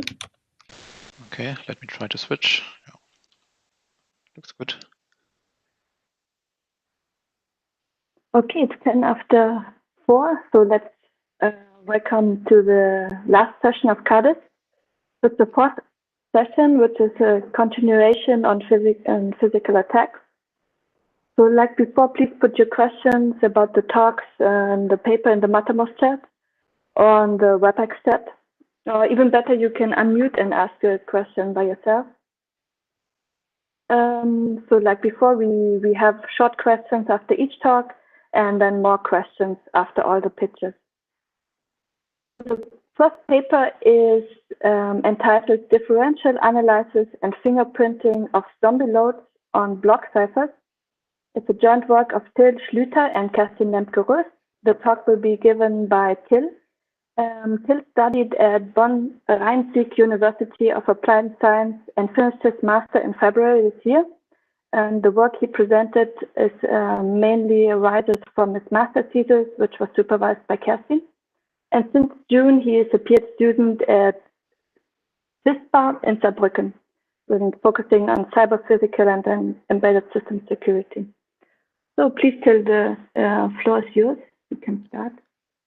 Okay, yeah, thanks for the introduction. I would like to present our paper to you, and I would like to start with a short introduction on the zombie load attack, which was published by Michael Schwarz et al. Last year. So on the right-hand side here, you can see the memory hierarchy and some internal structures you have in Intel CPUs, and especially highlighted here in red, you have the line fill buffer, and this line fill buffer is the place where the zombie load attack targets. So let's assume we have a victim process, and this process loads some secret value, and this value goes through all these stages, and also through the line fill buffer. And zombie load now allows the attacker to transiently access a random value that is present in the line fill buffer. And the attacker now has to choose 1 byte and encode this into a cover channel in the cache to extract this single byte. To the attacker, it is not known where this value in the line fill buffer actually comes from. So the source address is unknown. It's just known that it is present in the line fill buffer at the time of the attack, which means that some other process on the same CPU processed this value recently. Okay, so as we just saw, zombie load can target secrets directly, more or less. Yeah. But now we wondered, would it also be possible to see some intermediate values of computations, maybe of block ciphers, and infer the key from these intermediate values? For example, when the original key is subject to noise or is somehow obfuscated.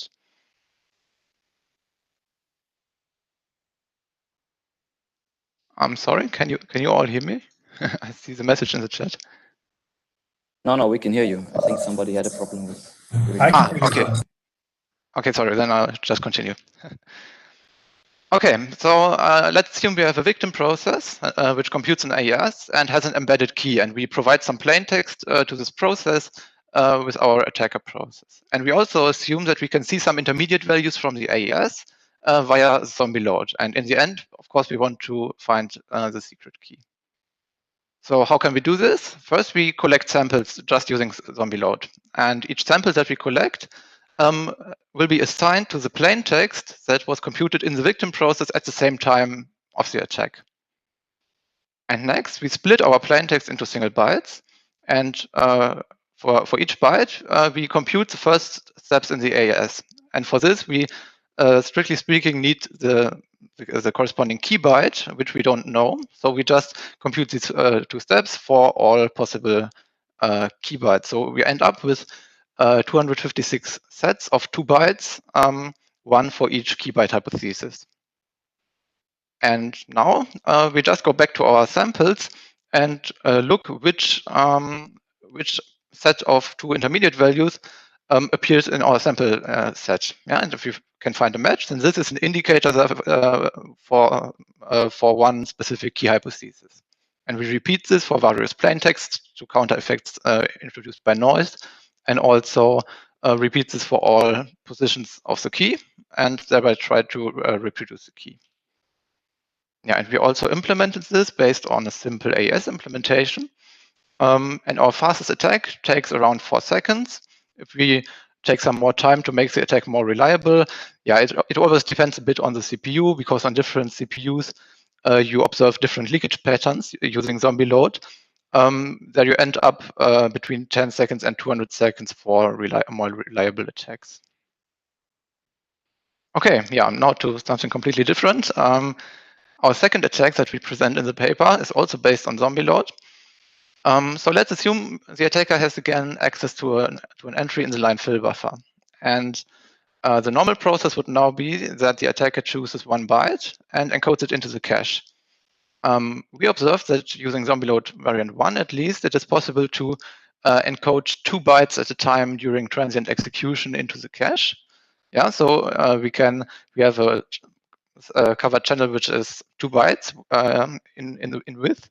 So We could encode another data byte, but what we propose is to encode something with what we call a fingerprint. This is a value that is computed from the first 8 bytes of the entry and identifies this entry. And if we can observe the same value in the line fill buffer later again in a later instruction iteration, then we can just pick another data byte to extract, not the first one, but maybe the second one, and we can assign these 2 bytes together to the same originating cache line with high probability. Yeah, I presented to you our first attack, the differential attack, where we sampled intermediate results and used it for key recovery. And our core message here is protecting the key is not enough. Yeah, if we think of mitigations or countermeasures, we have to also take into account that there could be intermediate values which leak valuable information. And also I showed you cache line fingerprinting, which is our mechanism for extracting constant byte sequences. Yeah, thanks for listening.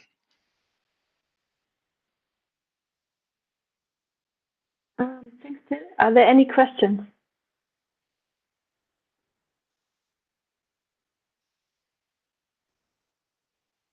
So I cannot see any questions in the chat so far. So I have a quick question.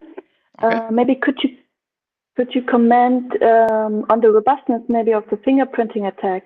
Are there any parameters or settings which need to stay constant, such as your fingerprint would actually hold between training and profiling? Yeah, of course, the first values, the first 8 values, if I go back to the slide, have to be the same. So if maybe the key would be moved within the cache line, for example, if we take this as a stupid example, then the first 8 bytes here would be different, and our fingerprint would be different, and then we couldn't assign the value to the same fingerprint. Also, I think we had this in the paper that we proposed some kind of masking as a countermeasure. So if you would apply just to the key a mask, if this would this sequence would be a key and you would mask it with frequently changing masks, then also you wouldn't end up in the same fingerprint all the time.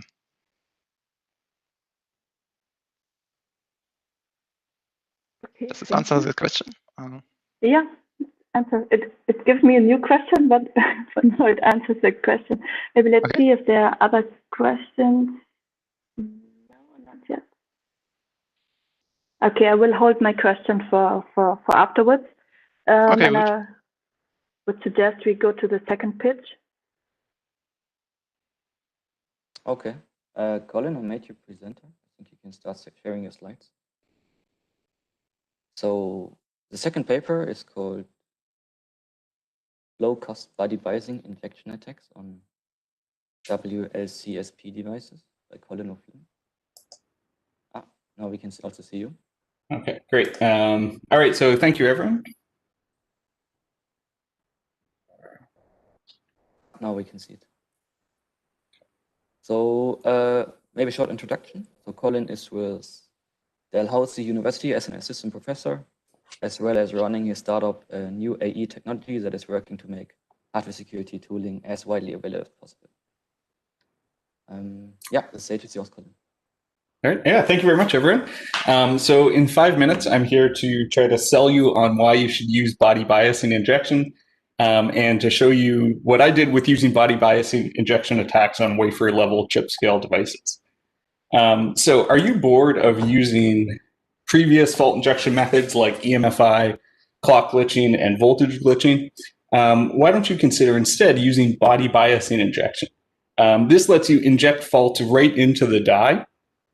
So when you inject faults into the die, it's giving you different effects that you don't see with some of the other fault injection methods. And what's interesting is that some of this work has been used since 2012 by sort of one group has really done a lot of the research in this. And you don't see a ton of other usage besides references in papers. So that's what made me interested in trying to make it more widely available.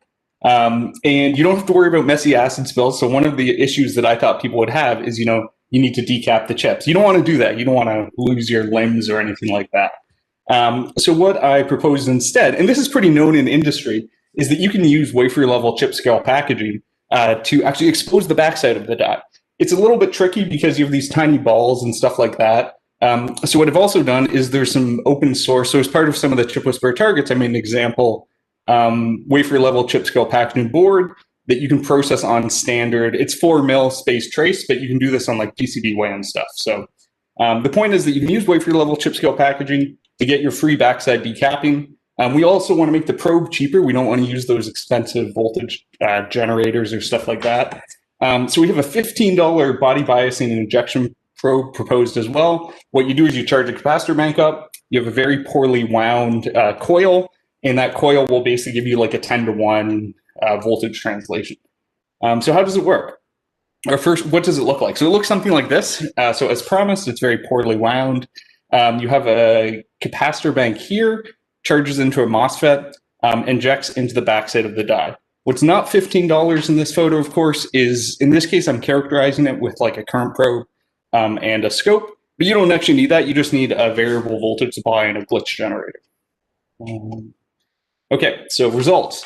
Here's some different results I showed. So the simple results is using like the classic double loop. The classic double loop, right, that if we corrupt the loop, we can assume we get some interesting faults. And it looks something like this. So for the different input voltages and different widths, you can see there's huge areas of red, or green, sorry, green is good. Green means we got successful glitches. There's like 10 glitches at each location, so the opacity of this is indicating the successfulness. So you can see it's a pretty, reliable glitch here. So that's pretty cool. There's more stuff I can't even talk about because of time, trying at different speeds, trying RSA CRT. So this was actually trying to replicate what was in some of the original BBI paper as well. The other thing, so as a special, if you're an anonymous reviewer, I didn't actually originally have this in. This was added. XY scanning. So in the original BBI paper, it shows the spatial sensitivity is very important. So I've replicated that as well. And basically by scanning across the die, you get something like this. So this is showing the voltage at the point that you get a glitch at different locations. So down here, you see there's like 0.5, this is actually surprising, like 0.5 input voltage, so input to my probe, gives you glitches, but up here it's like 8 volts. And if you then look at when do I get reliable glitches, not just one single glitch, but like 10 or something like that, you see pretty similar, right? There's some reliable areas, but there's some pretty interesting results, right? There's like areas where you get a glitch, then no glitch, and get a glitch. So it's clear that there's a lot more we can do with this, and there's a lot we can learn from doing BBI. Yeah, so the full data set's up there. So everything in this example is open source. The data set includes, there's a bunch of combinations tested at each location, so you won't be able to fully, I can't show you all the results here. You might need to plot some stuff yourself, but there's some other examples in the paper as well. Yeah, some other interesting results too. There's some like permanent device damage you get with this. It seemed to trigger some programming routines because it would set some flash bytes to 0. So it was like triggering a program. It would set a bunch of flash bytes to 0, which was really weird. You'd have to reprogram it to get the chip back. But yeah, so that's why you should use BBI. It's definitely not expensive to make the probe. And if you use the wafer level chip scale package device, you don't have to mess with acid or decapping or anything like that. But you can get the current schematic and PCB. There's going to be a new version that's slightly better. I'll upload shortly as well on this GitHub link here. And if you have any questions, I guess I can take a few now, or I can always talk later as well. Yep, thank you, Colin. Are there any questions? Yeah, there's one in the chat, Oscar. So yeah, what's the maximum repetition rate of your circuit? Offhand, basically the limit is, I didn't try to push it too fast. I was probably doing like a kilohertz repetition rate. Really, it comes down to the inductor discharging in this case. I mean, basically that core will saturate at some point, and then it affects your transfer characteristic. I don't know what that is. Probably you could go faster. So in the original paper, the original BBI paper, they use a fast pulse generator, which inherently generates like a few 100-volt pulse, and that could repeat very quickly. Using the transformer has a trade-off that it's a lot easier and cheaper. The edge rates are going to be slower in this because of this sort of 10-to-1 winding ratio. This inherently is going to have a lower bandwidth than if you just directly were charging like a capacitor and discharging it.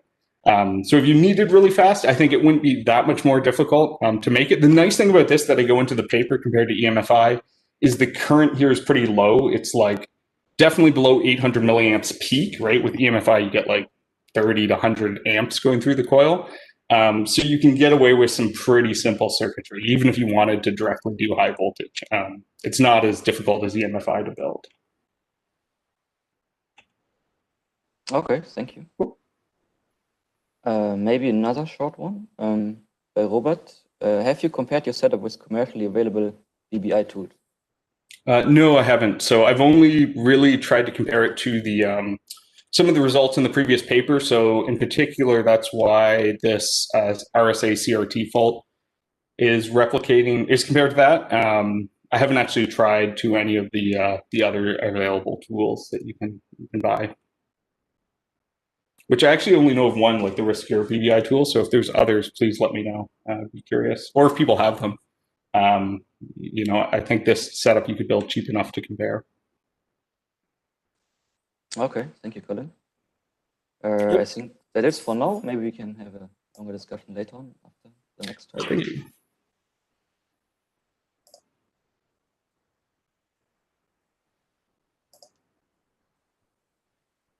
Okay, so Simon, I think you should be presenter now. Yeah, so let's see if I can share my screen. That should do it. Okay, awesome. So yeah, the last paper of the session is called "Let's Tessellate Tiling for Security Against Advanced Probe and Fault Adversaries" by Simon Doche and Svetlanikova. Thank you for the introduction. Sorry. Go ahead. Yeah. Okay, Simon is a fourth-year PhD student from Leuven. He works on algorithmic protection against sidechain analysis and on cryptanalysis. Please go ahead. Thank you. Thank you for the introduction. So, as a last presentation, it's a bit more theoretic. So I'm going to discuss algorithmic cryptographic arguments of security for our algorithms, such that we can catch errors before we implement those algorithms and before we bring everything into production. And so I just listed 3 bullet points of what we would require from those security models. So first of all, we want easy verification. If I give you a masked AES, for example, you want to be able to verify that it's secure, that the complexity is not too high. And typically in practice, that means that we need something like composable security. So we're not going to verify the entire AES. We're just going to verify components of it, like its S-box, or even finer grained, its masked multipliers, stuff like that, such that we know that the composition between them is also secure. A second bullet is a realistic model. I think we all agree those security models, those theoretic security models, they can be quite far from practice. They don't always capture all effects that are out there, all attacks that are out there. So what we want to do is we want to grab our theoretic security models and we want to try and get them closer to reality. List the attacks that are not captured by those models and try and adapt the model such that those attacks are captured. And then third bullet, which is kind of in competition with that second one, is we want to make our security model stronger so that it captures more effects. But we also want to still allow for efficient countermeasures. We don't want to suddenly have a security model that requires tens of thousands of bits of randomness for one masked multiplier, something like this. Because we know efficient countermeasures are possible, so we need to get that.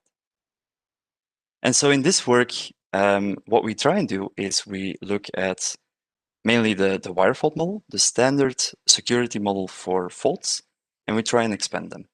So what is a standard fault model? It's you take a badly drawn circuit, you pick a threshold number of wires in that circuit, and that adversary can fault that wire however he or she pleases. So a stuck-out fault or a bit flip. And that's a good start because if we know that if our algorithms are not secure against this, okay, that would be a bad start. So what we do is we expand them in two ways. The first is an area fault. So we know that our laser fault injections, for example, they don't just target one wire, typically not. They actually target whole areas, and not something like two wires, but whole areas, right? So that's one kind of way we can expand our model. A second is permanent faults. So what we see is that our circuit is actually comprised out of resources on our platform. And we know that if you fault one of those resources during one clock cycle, you can probably fault it during multiple clock cycles. So for example, if these memory elements denote the same resource on the platform, then we just consider an adversary that can fault that same resource multiple times. And so we've extended just the basic wire fault model in two different ways. And then the question is, well, can we still make masking methods that secure against these adversaries? And so we take a look at the ISW method. This is kind of the most standard masking method to make a masked multiplier. And this is just side channel stuff. So I'm giving you the side channel one, the fault secure one. Yeah, it's a bit too complicated in a 5-minute talk. And so what you're going to do with this ISW method is you're going to label and you place and route all of your resources. So what you're going to do is, let's say the designer took the time to say, well, this multiplier here, this resource, will only operate on share one of each secret. And I can guarantee you, it will never multiply, let's say, the second share of something. Well, if you can do that, if you put the time and effort into doing this, well, then we can reward you from the theory side of the field and tell you, well, actually, your algorithm is not just secure in, let's say, the standard model, which is strong non-interference, SNI, but we can actually prove it secure in a bit of a stronger model, the standalone model, and that actually captures some more leakage effects out there. So then suddenly your algorithm is provably secure against some more attacks. And so the model we use here is also called the tile model. This is a model presented at Crypto last year or 2 years ago. And so this starts to look a little bit more like multi-party computation. So all of your tiles basically can be seen as a single party. But that's whoops.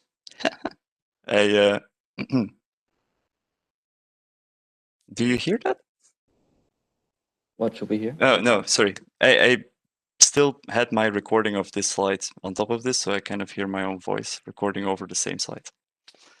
But yeah, this is just in short the work, so I will conclude here. Thank you for your attention. Yeah, and yeah, thank if you, you have any Steven. questions. Yeah. Are there any questions?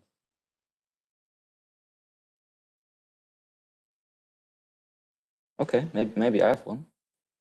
So I must say I didn't completely get it. Does your model then? I mean, it includes a fault attacker and like a side channel attacker. If you Does don't it- mind, I'm going to stop sharing because I hear double. Yeah, sure. Yeah, sorry. Go Does ahead. it also include like a combined attacker? I guess Yes. it's also So indeed, in this presentation, I couldn't show this, but we also look at the effect, what happens if you're capable of applying both side channel analysis as fault analysis at the same time. So this is a bit of a, yeah, some of these attacks are quite alien, I would say. Right? You can do side channel attacks while you're faulting the device, or you're using your side channel information to inject a better fault. I would say that this is not really done in practice all too often, but it is captured in the model we looked at, if you want to capture it. okay. But then you would get like a increased number of shares, I would say. Or You need two things. So to protect against fault attacks, you need duplicates. So you need to use an error detecting code. And against side channel analysis, you need to have shares. So in the combined case, potentially, yes, you need to increase the number of shares. So you could use a CIFA in conjunction with a probing attack. And yeah, that's what I was thinking about. Yeah. Okay. Exactly. Very interesting.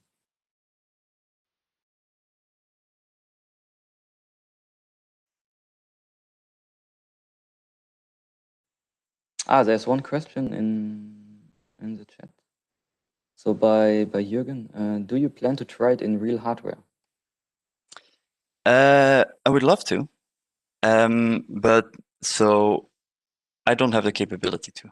Well, so I would say it like this. So, I mean, if there are other people that are interested to try this out, I would very much welcome that cooperation. There is a similar method, however, that work from crypto 2 years ago that has made a countermeasure based on multi-party computation, which is a lot more expensive, let's say. But they have implemented that in hardware. And they have implemented that on FPGA. And they did test that in a lab as much as they can, considering fault attacks, of course. So if you're interested to see what is basically the practical effect of this, I would refer you to that work. So that would also hold for Oscar's question in the chat, what the area increase would be for an AES engine. So it depends on which order of security you're targeting. If you're, as shown in the slides, if you're only looking at side channel analysis, then what we see is that, okay, you can use the normal masks, the normal maskings we know and love. You need extra registers to defend against glitches. So then you suddenly see that the latency, for example, has a huge effect on the AES. So there's an increase there. And then if you want to, with our work, if you want to protect against something like transition leakage, then suddenly you need to increase your randomness cost. Not in first order per se, but in higher orders, we saw that you do need to increase your randomness costs. So that is a bit of bad news. An area increase would be the typical area increase. So that is with masking, yeah, you have then 2 shares, so it's only already twice the area, but then your masked multiplier typically scales quadratically. So it would be between 2 and 4 times the area. Okay, thank you. I think we can open the round for questions on our papers now, if there are any.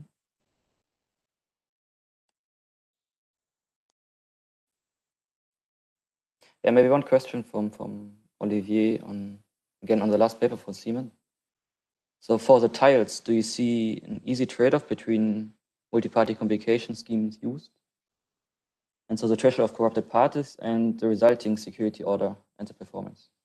So yeah, with definitely what we also tried to show with our work was so in this work by Kappa, so of Kappa in 2018 crypto, they used a multi-party computation protocol, speeds, and they kind of slapped it on hardware and then hoped that this and then started seeing, well, does this give added protection? And you can do this. You can also then take another MPC protocol if you like.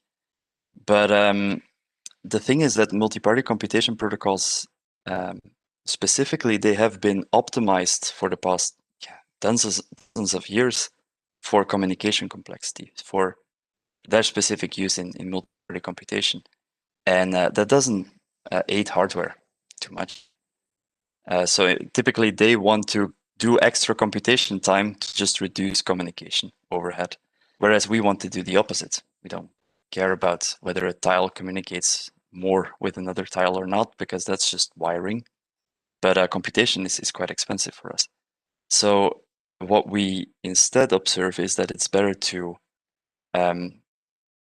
still cling on to the masking methods and try and convert those to multi-party computation protocols. Try and adapt those so that you have better security guarantees, rather than to gain experience or creativity from the multi-party computation world,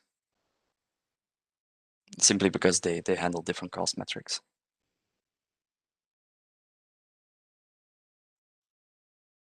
Don't know if that answers the question.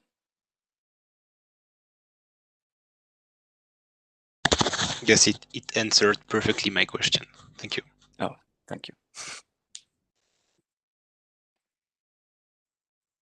There's one question for Colin in the WebEx. Did you see any correlation between the chip's solder bore location and the scan results?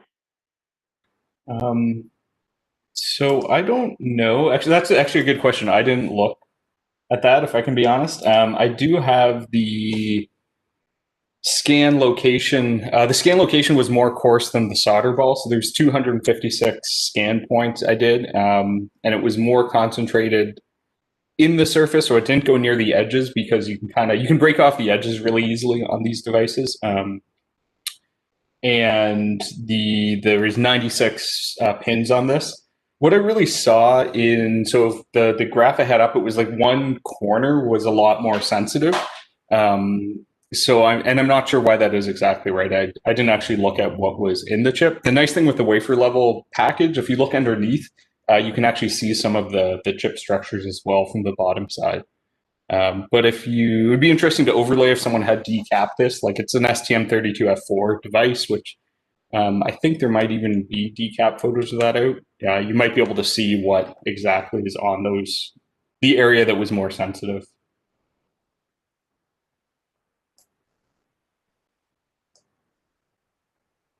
Okay, thanks, Colin. Maybe I have also another question for you. What were actually the fault models you observed, and were they what you expected? I mean, the kind of fault. Yeah, so I didn't sort of have a starting fault model.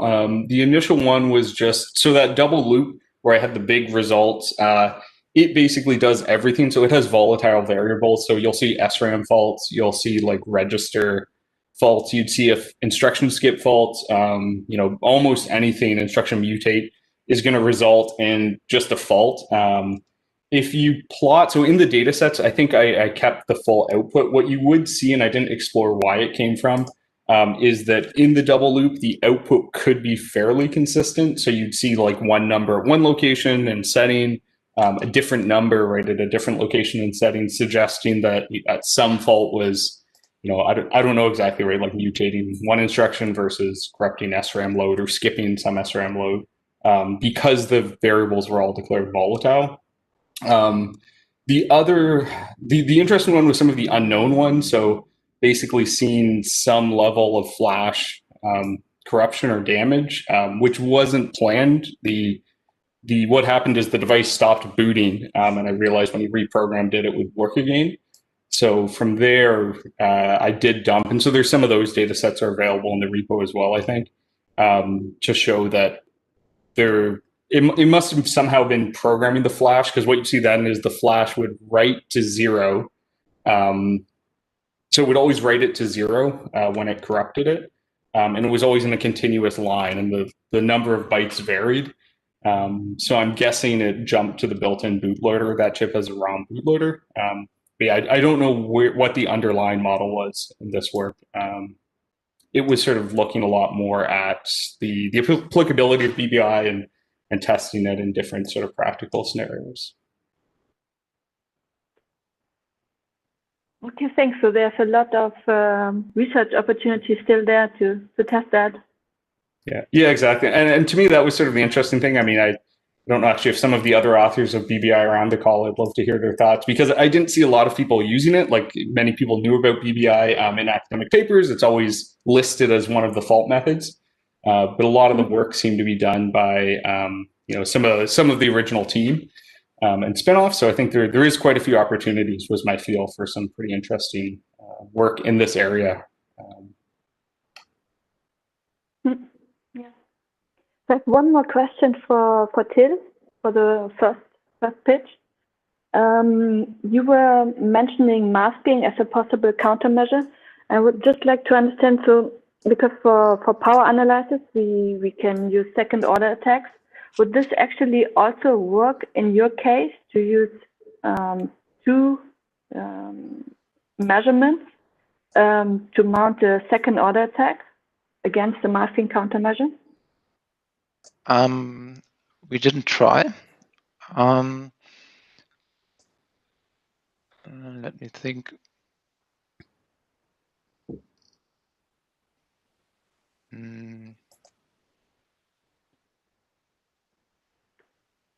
I mean, could you have measurements which isolate the mask and the mask value? Is this possible actually? To isolate the mask. Okay, so maybe let's say if you would have the mask in the same stored in the same cache line, it would be easily identifiable for the attacker. But I think otherwise it would not be too easy, especially if you change the mask more often than the sampling rate you have, because this is something very special to this attack, maybe compared to classical differential power analysis or something like this, that the sampling rate is fairly low compared to the rate of operations in your AES. So you can we usually assume to get at most one sample per complete AES execution, and if you can, and usually not even that. Yeah? So if you change the masks really fast, I don't think this would work out. Okay, I see. Any other questions from the audience? I don't see anything in the chat. Someone is typing. Yeah. In what Maybe when you're waiting, I have one for Colin. Yeah. So your experiments where you create this XY plot, did you do this with one chip all the time? So all the comparable graphs are done with one chip. There was a few chips used in the experiment. So I tested a few different devices. Part of that was that they blew up, actually. So BBI, the downside is that you could damage them permanently. And so I mentioned that flash error. So I had some that had more permanent flash errors happen. Typically, as much as possible. So all of, for example, the double clock glitching was done on just one device. But then some of the other results are actually on different devices because that device was damaged. So it was tested between multiple, but I didn't explicitly compare the results between multiple. Okay, but could it be that maybe one of the earlier experiments damaged a device, maybe not as much that you would notice directly, but maybe it would affect the later fault performance? Yeah, that's actually a really good point. And because I didn't consider that when I first started it, I was considering, like with EMFI, I hadn't seen any damage on these STM devices. And so it wasn't until further on I saw this damage. And so one device in particular, for example, it seemed to have like a partial short because the current consumption was quite high. It was getting quite warm, but the device did still work. So, that's clearly going to have some sort of impact on it. All the devices that I tested with worked at the end of the testing procedure as best as I could tell. But definitely there's some concern. I mean, as I said, it wasn't something I sort of set up to test at the beginning. So I think redoing it would be good to even measuring the total power consumption of the device to, if one very small part of it was damaged, I wouldn't have detected that because I was sort of testing that, it wasn't very obviously damaged. Okay, thanks.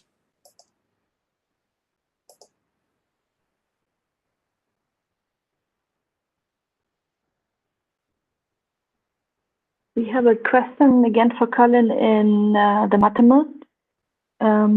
Do you know good ways to find out what the underlying fault, so skip instruction, change value in register during reading from RAM, etc., is from the observed behavior? Yeah, I mean, that's a good question. If I had a good answer to that, I'd have a really great paper. I went to just done this little engineering work. Offhand, I don't know. I know there's some work on it. I tried to do that a little bit in terms of testing different code structures, right? So because the issue is if you have an instruction skip, right, it can be hard to know, did it skip the instruction or did it not do a RAM load or something? Yeah, so the quick answer is I don't have a very good way. There's some, you can think, you have to make assumptions is the problem. So I don't know if other people can have a really good paper offhand that they can point to, but I've sort of seen that as an open problem that I discussed many times with people, and I've never heard someone say, "Ah, you just missed this one paper that explained everything." But I'd love to know.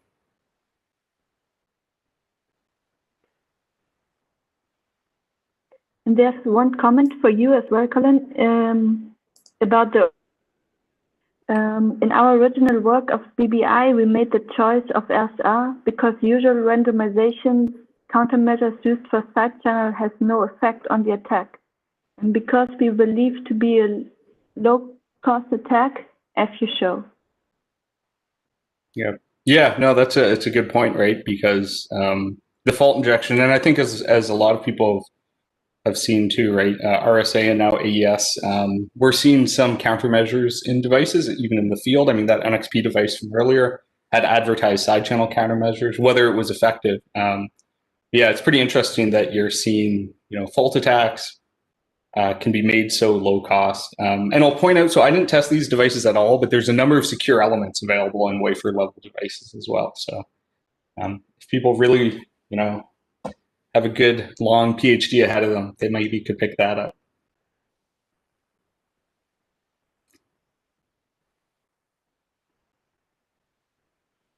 There's one more question, one more question again for Colin.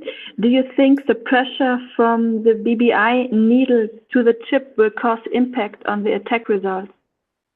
So actually, and this is covered really nicely in the original work. I did a slightly different version. So in the original work, they use a hard needle with a scale to sort of get the same pressure. What you can see, so you can actually prove this yourself with a multimeter on the backside of the chip to sort of measure the rough resistance. Because obviously, so we're using this high voltage, like this really high voltage, it's like 100 to 300 volts on the backside. Which should blow up the chip, but there's quite a bit of resistance from the backside to the internal nodes. So it's assumed that kind of translates down to a lower voltage at the nodes. Depending on how hard you press, you do see that resistance change a bit.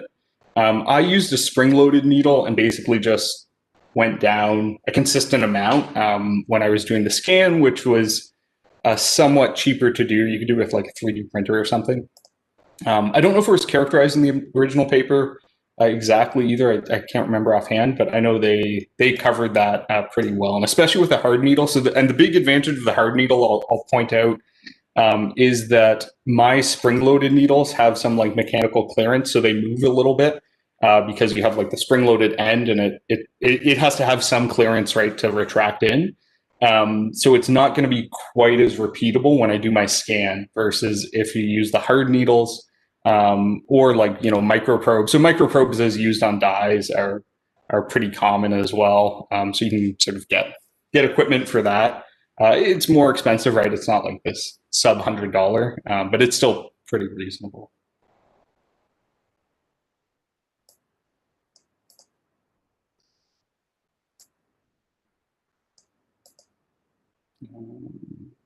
Yeah, and I saw a question from Renee too. I can just answer that quickly. Yeah, so and I don't think I covered it in my quick talk.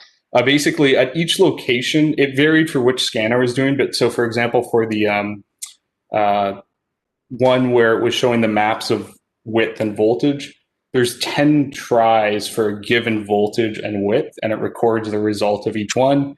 And then so those data sets are available. What it's plotted is the number of successes effectively as an opacity. So if it's 100% successful, it was like a dark green.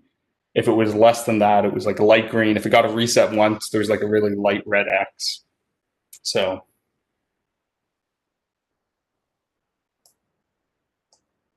And Benedict asked why my dog is in the back sleeping. So maybe someone can see that. It's not as exciting for her, I think.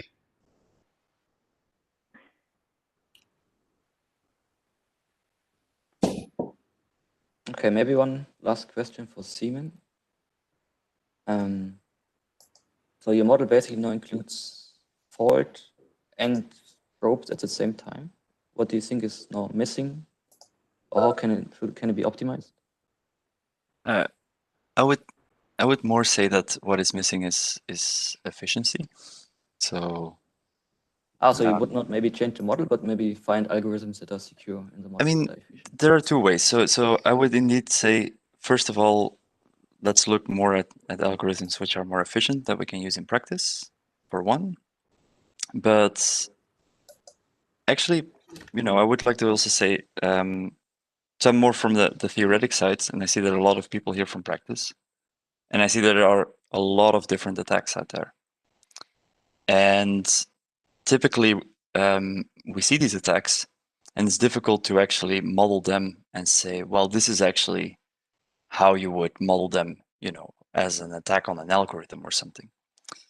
So it's really interesting, and if people, to go as an author of an attack, to go the extra mile and say, well, actually, this is how I would, model this in a more mathematical world, in the sense like, let's take a look at this original probing model or wire fault model. It's like, this is how I would adapt this model such that, we can still make algorithms which are secure. I would say that's something very interesting, because there are a lot of attacks out there which are not yet modeled. I mean, think of, typical horizontal attacks are, in the probing model still not modeled. Yeah. And yeah, actually, you could try and say, well, how would I adapt this? I think there's a lot of work out there, and there is just a huge gap between theory and practice, and I think that this would help solve it. By trying to just try and understand each other in a way. Do you have like a rough intuition how you would model Collins' attack? No, not really. I was also thinking about that while we were talking. So I gotta read up more. I don't know. It would be very interesting to actually see. Okay, thank you. Yeah. I think there's one more question to Colin. Did you repeat and then move, or do a full chip and then repeat? So it was moving and then repeating. So it would do the repetitions at each location. So for the XY scan, it was like 2090 settings at each point, and then it would move to the next one, and the settings move to the next one.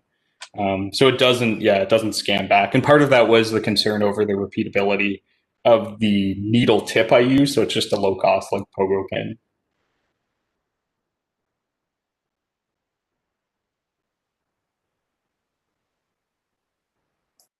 Okay, thanks, Colin. We have one more minute for last questions. Any more questions?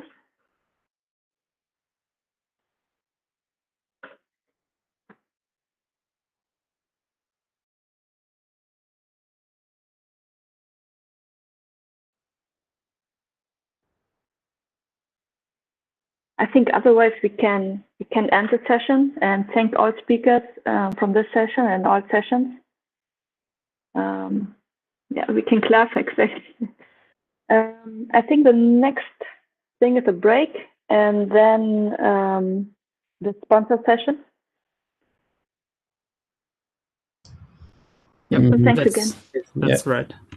Thanks to the session chairs. The next session is the sponsor session after the short break.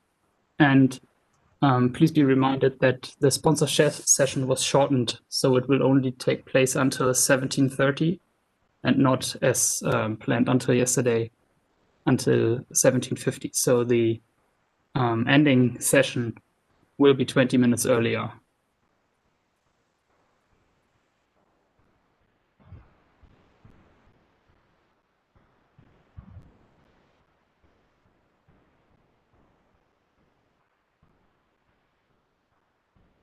So we are waiting for music.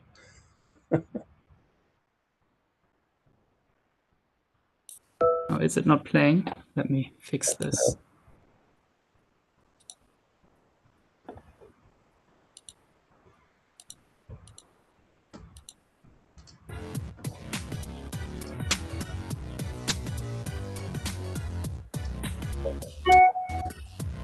Does it work?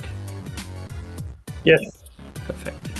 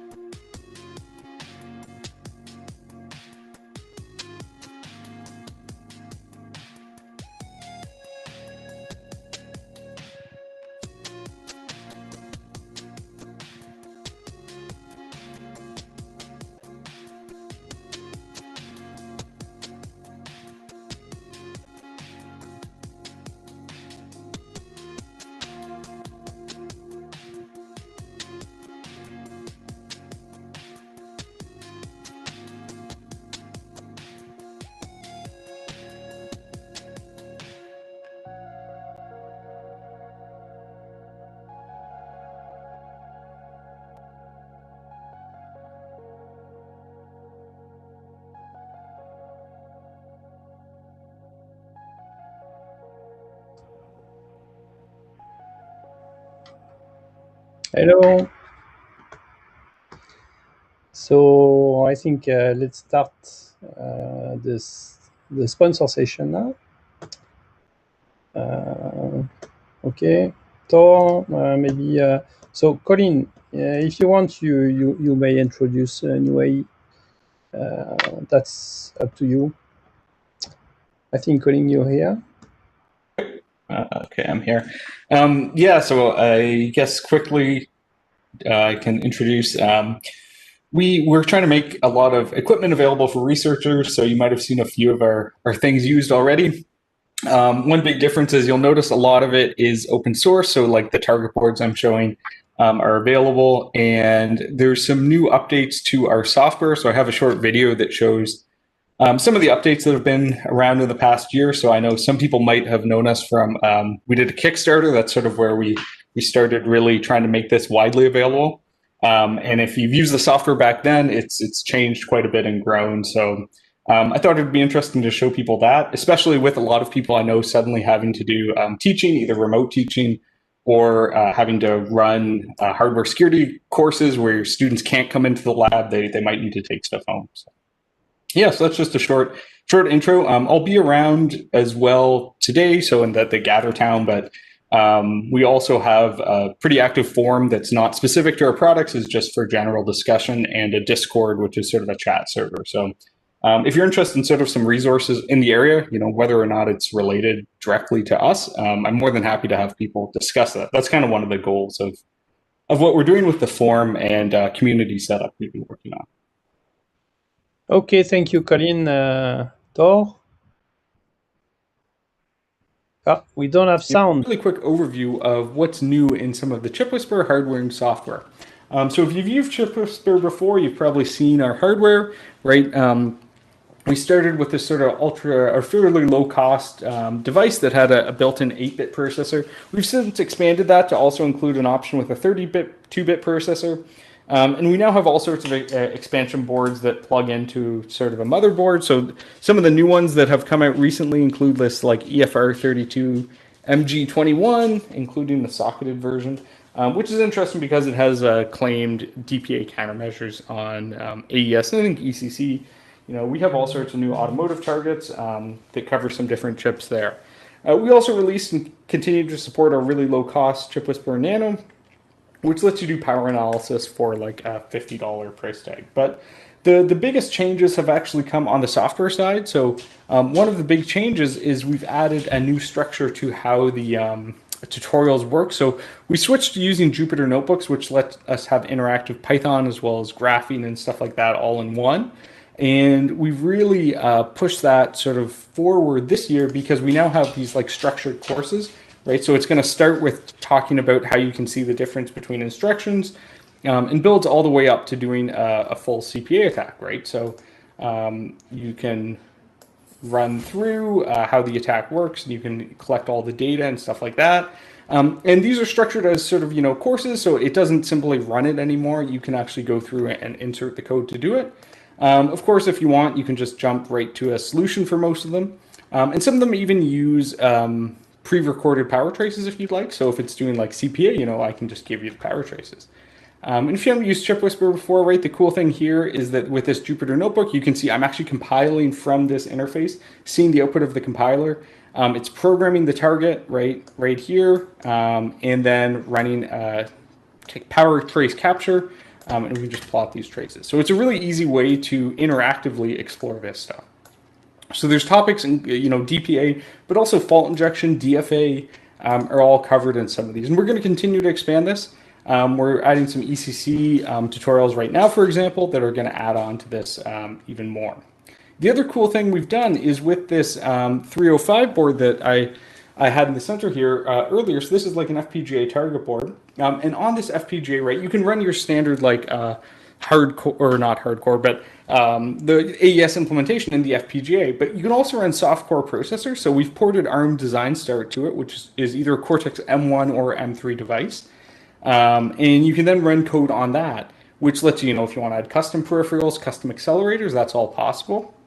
The other really cool thing you can do is this Design Start Trace code we released, which actually lets you correlate exactly a power trace and instruction trace data, right? So right here, I have a power trace where I've just added, I've annotated, if it's doing add round key or sub bytes or whatever. But you can go finer on this, right? You can figure out the exact data being, so you can basically sample the program counter and you can figure out the exact instructions and areas being executed. So it's a very powerful tool, right? That now that you can actually understand what the device is doing, you don't just know that it's running some function.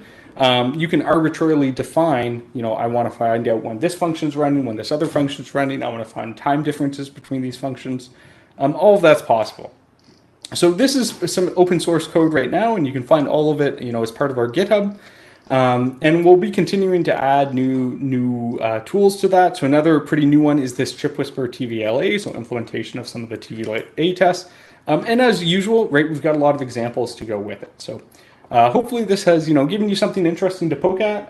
If you get some, time to explore on your own, to run some tutorials, you might find it really useful.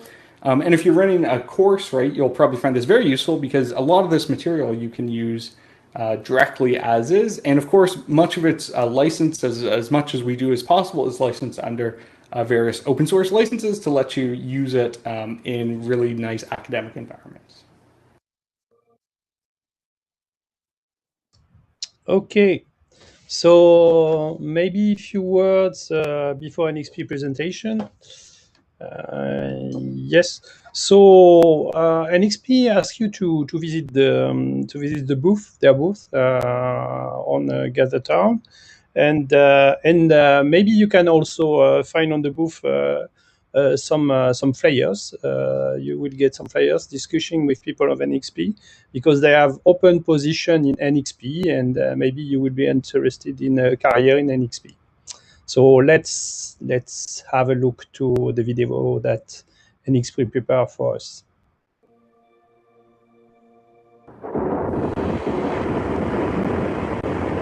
It's one small step for man, one giant leap for mankind.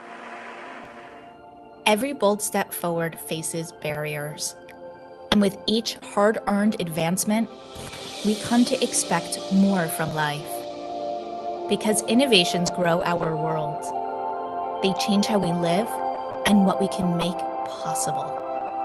Life is now lived always on and on demand, where wants big and small are fulfilled with just a tap or an ask. So then, what's now possible? Mobile commerce, autonomous driving, next-gen wireless, smart appliances, industrial automation, all made possible by NXP. We are the gateway to the responsive interactions that are redefining life as we know it. NXP expands the possibilities for technology producers around the globe. From seamlessly integrating infrastructure to effortlessly streamlining data from the cloud to the edge, we bring what's next closer. We're not only advancing technology, we're advancing how we live.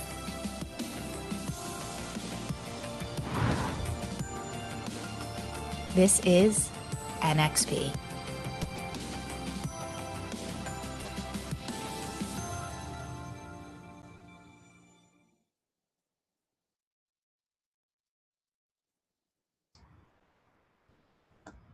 Okay. Now we have the third but last sponsors video that is provided by Rescue. So I have a small word from Rescue that they are asking you to have a look to their website. Maybe I can make a copy here. So if you look at this website, you will see that Rescue Workshop 2020 was recorded and is available through a simple registration. And I've not recorded or not been there, but I guess that they will explain to you their software and their hardware, what they propose what what is their offer about security. Okay, let's have a look to the video of Rescue now. Unfortunately, Rescue didn't provide a video. Oh, so we have to go on the websites. Yes. To register and so on. So, okay.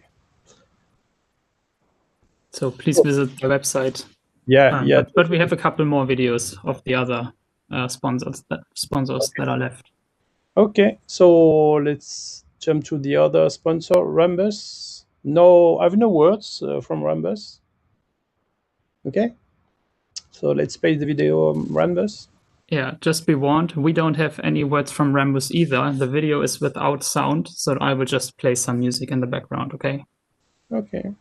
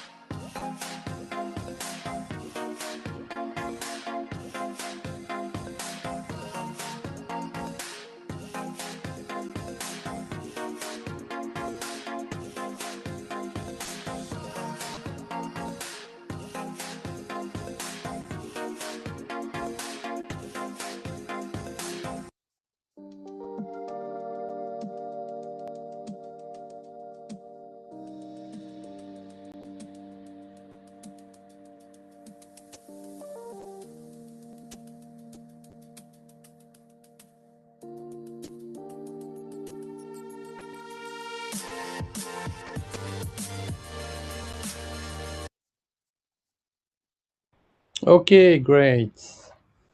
I think it's okay for our sponsor, I think, for the video. So we love to thank all these sponsors because first we have a free conference registration that is very good, in fact, and also because we get enough elements to make things entertaining, like the room, the room that we were able to play with, say, Gather Town. I guess it was a virtual experience that was great, I think, for people. Okay, so I think we are at the end of this sponsor session. Not completely. We actually have one more sponsor. Oh, and that's Thales. Oh, yes. I'm not sure how to Sorry. pronounce them actually. Thales is okay. Maybe we will learn it during the video. Yeah, okay. So I was not aware of that. Okay.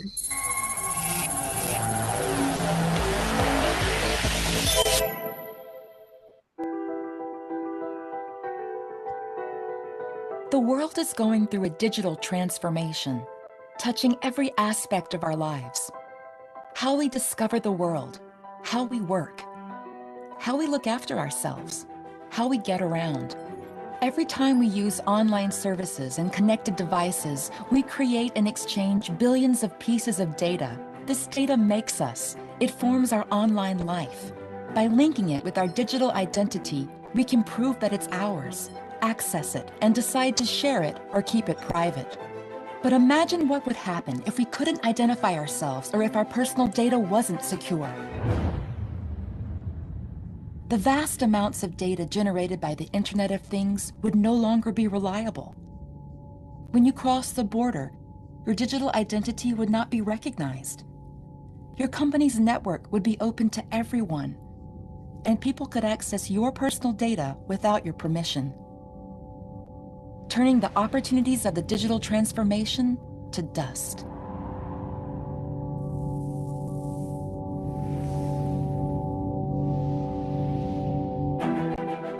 One company is behind the scenes, keeping your data safe in the sharing economy. That company is Thales. We're the only ones to tackle the two main causes of cyber attacks: identity theft and data breaches. We do this by providing next-generation digital security built from two technologies: secure digital identification and data encryption. We already operate it for many well-known businesses and governments in any cloud and hybrid environment, protecting trillions of data exchanges without you even realizing. As an independent security expert, we guarantee digital privacy and compliance with data protection regulations. We put you back in control of your data and don't make money from it. Combining digital identity and data protection for next-generation digital security. Thales.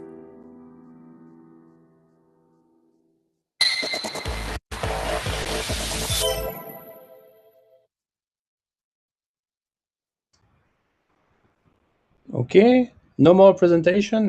Maybe. Okay, so that's the moment to close this session of sponsor. We are a little bit late because I was a little bit late at the beginning. Sorry for that. Okay, so we can start the closing session. Maybe Thomas is here. Yep, I'm here. Okay. Let me quickly share my screen.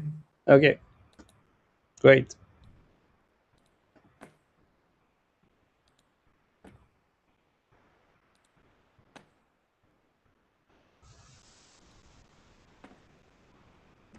Whoa. Yeah, always takes a second.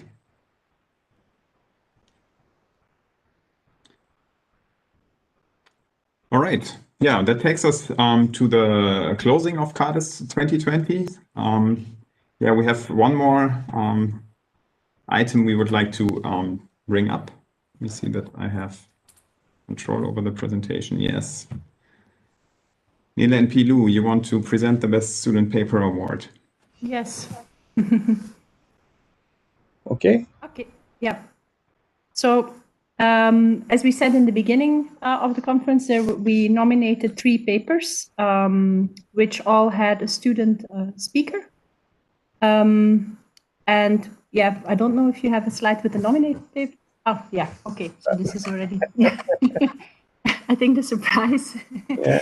Yeah, okay, and then the program committee members had the chance to vote for these 3 nominated papers, and the paper that had the most votes was this one. So now, Thomas.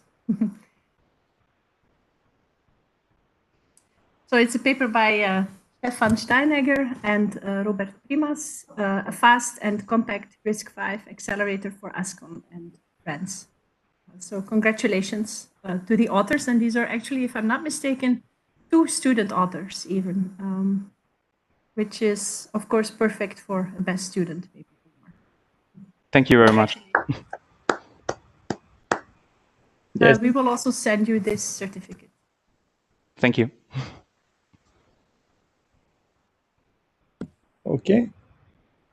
All right. So yeah, just a few closing remarks for the conference. Just a few numbers.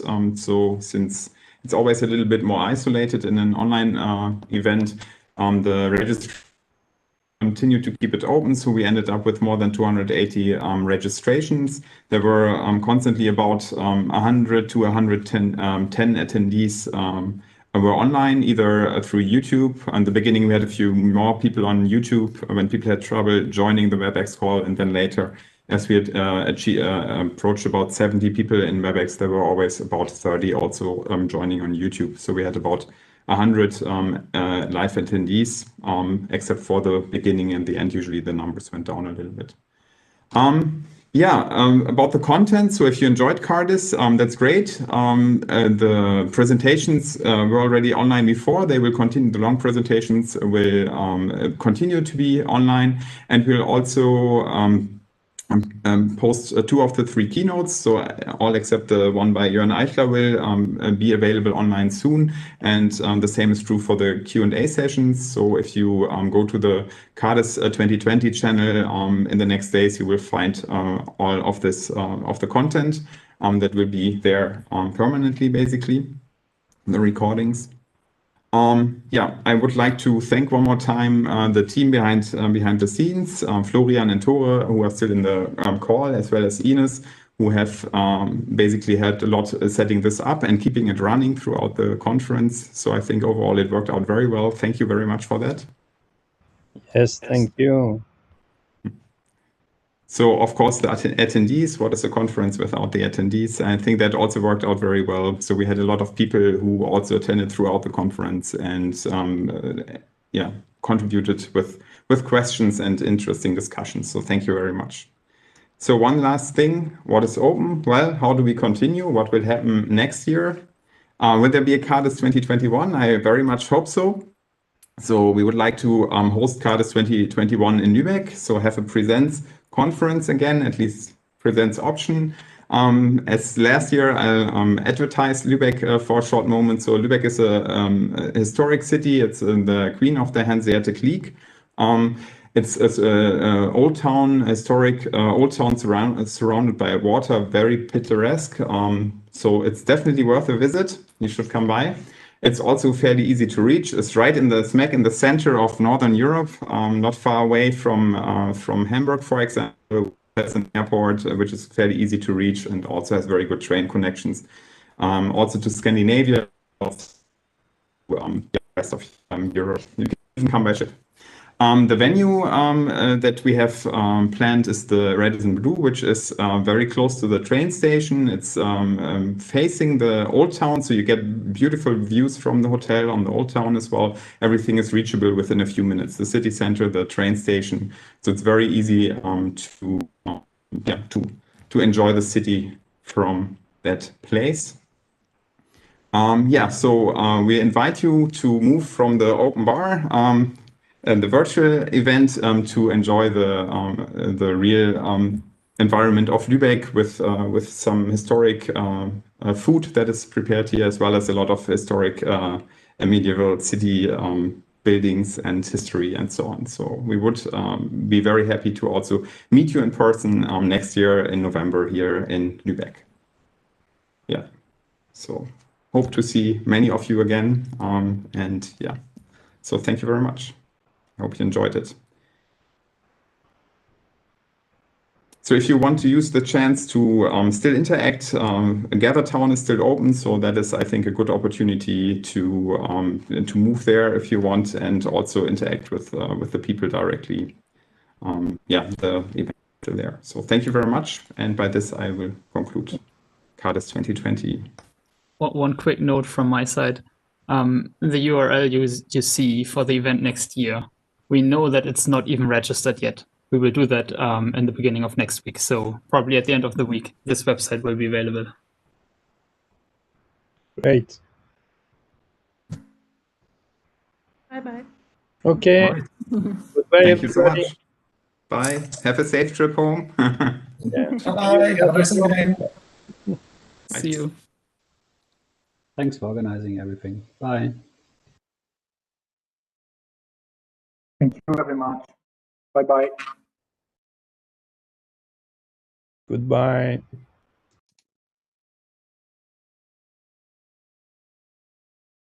Thank you. Goodbye. See you. Can someone pull? Ah, yeah, now there it is. All right. Goodbye.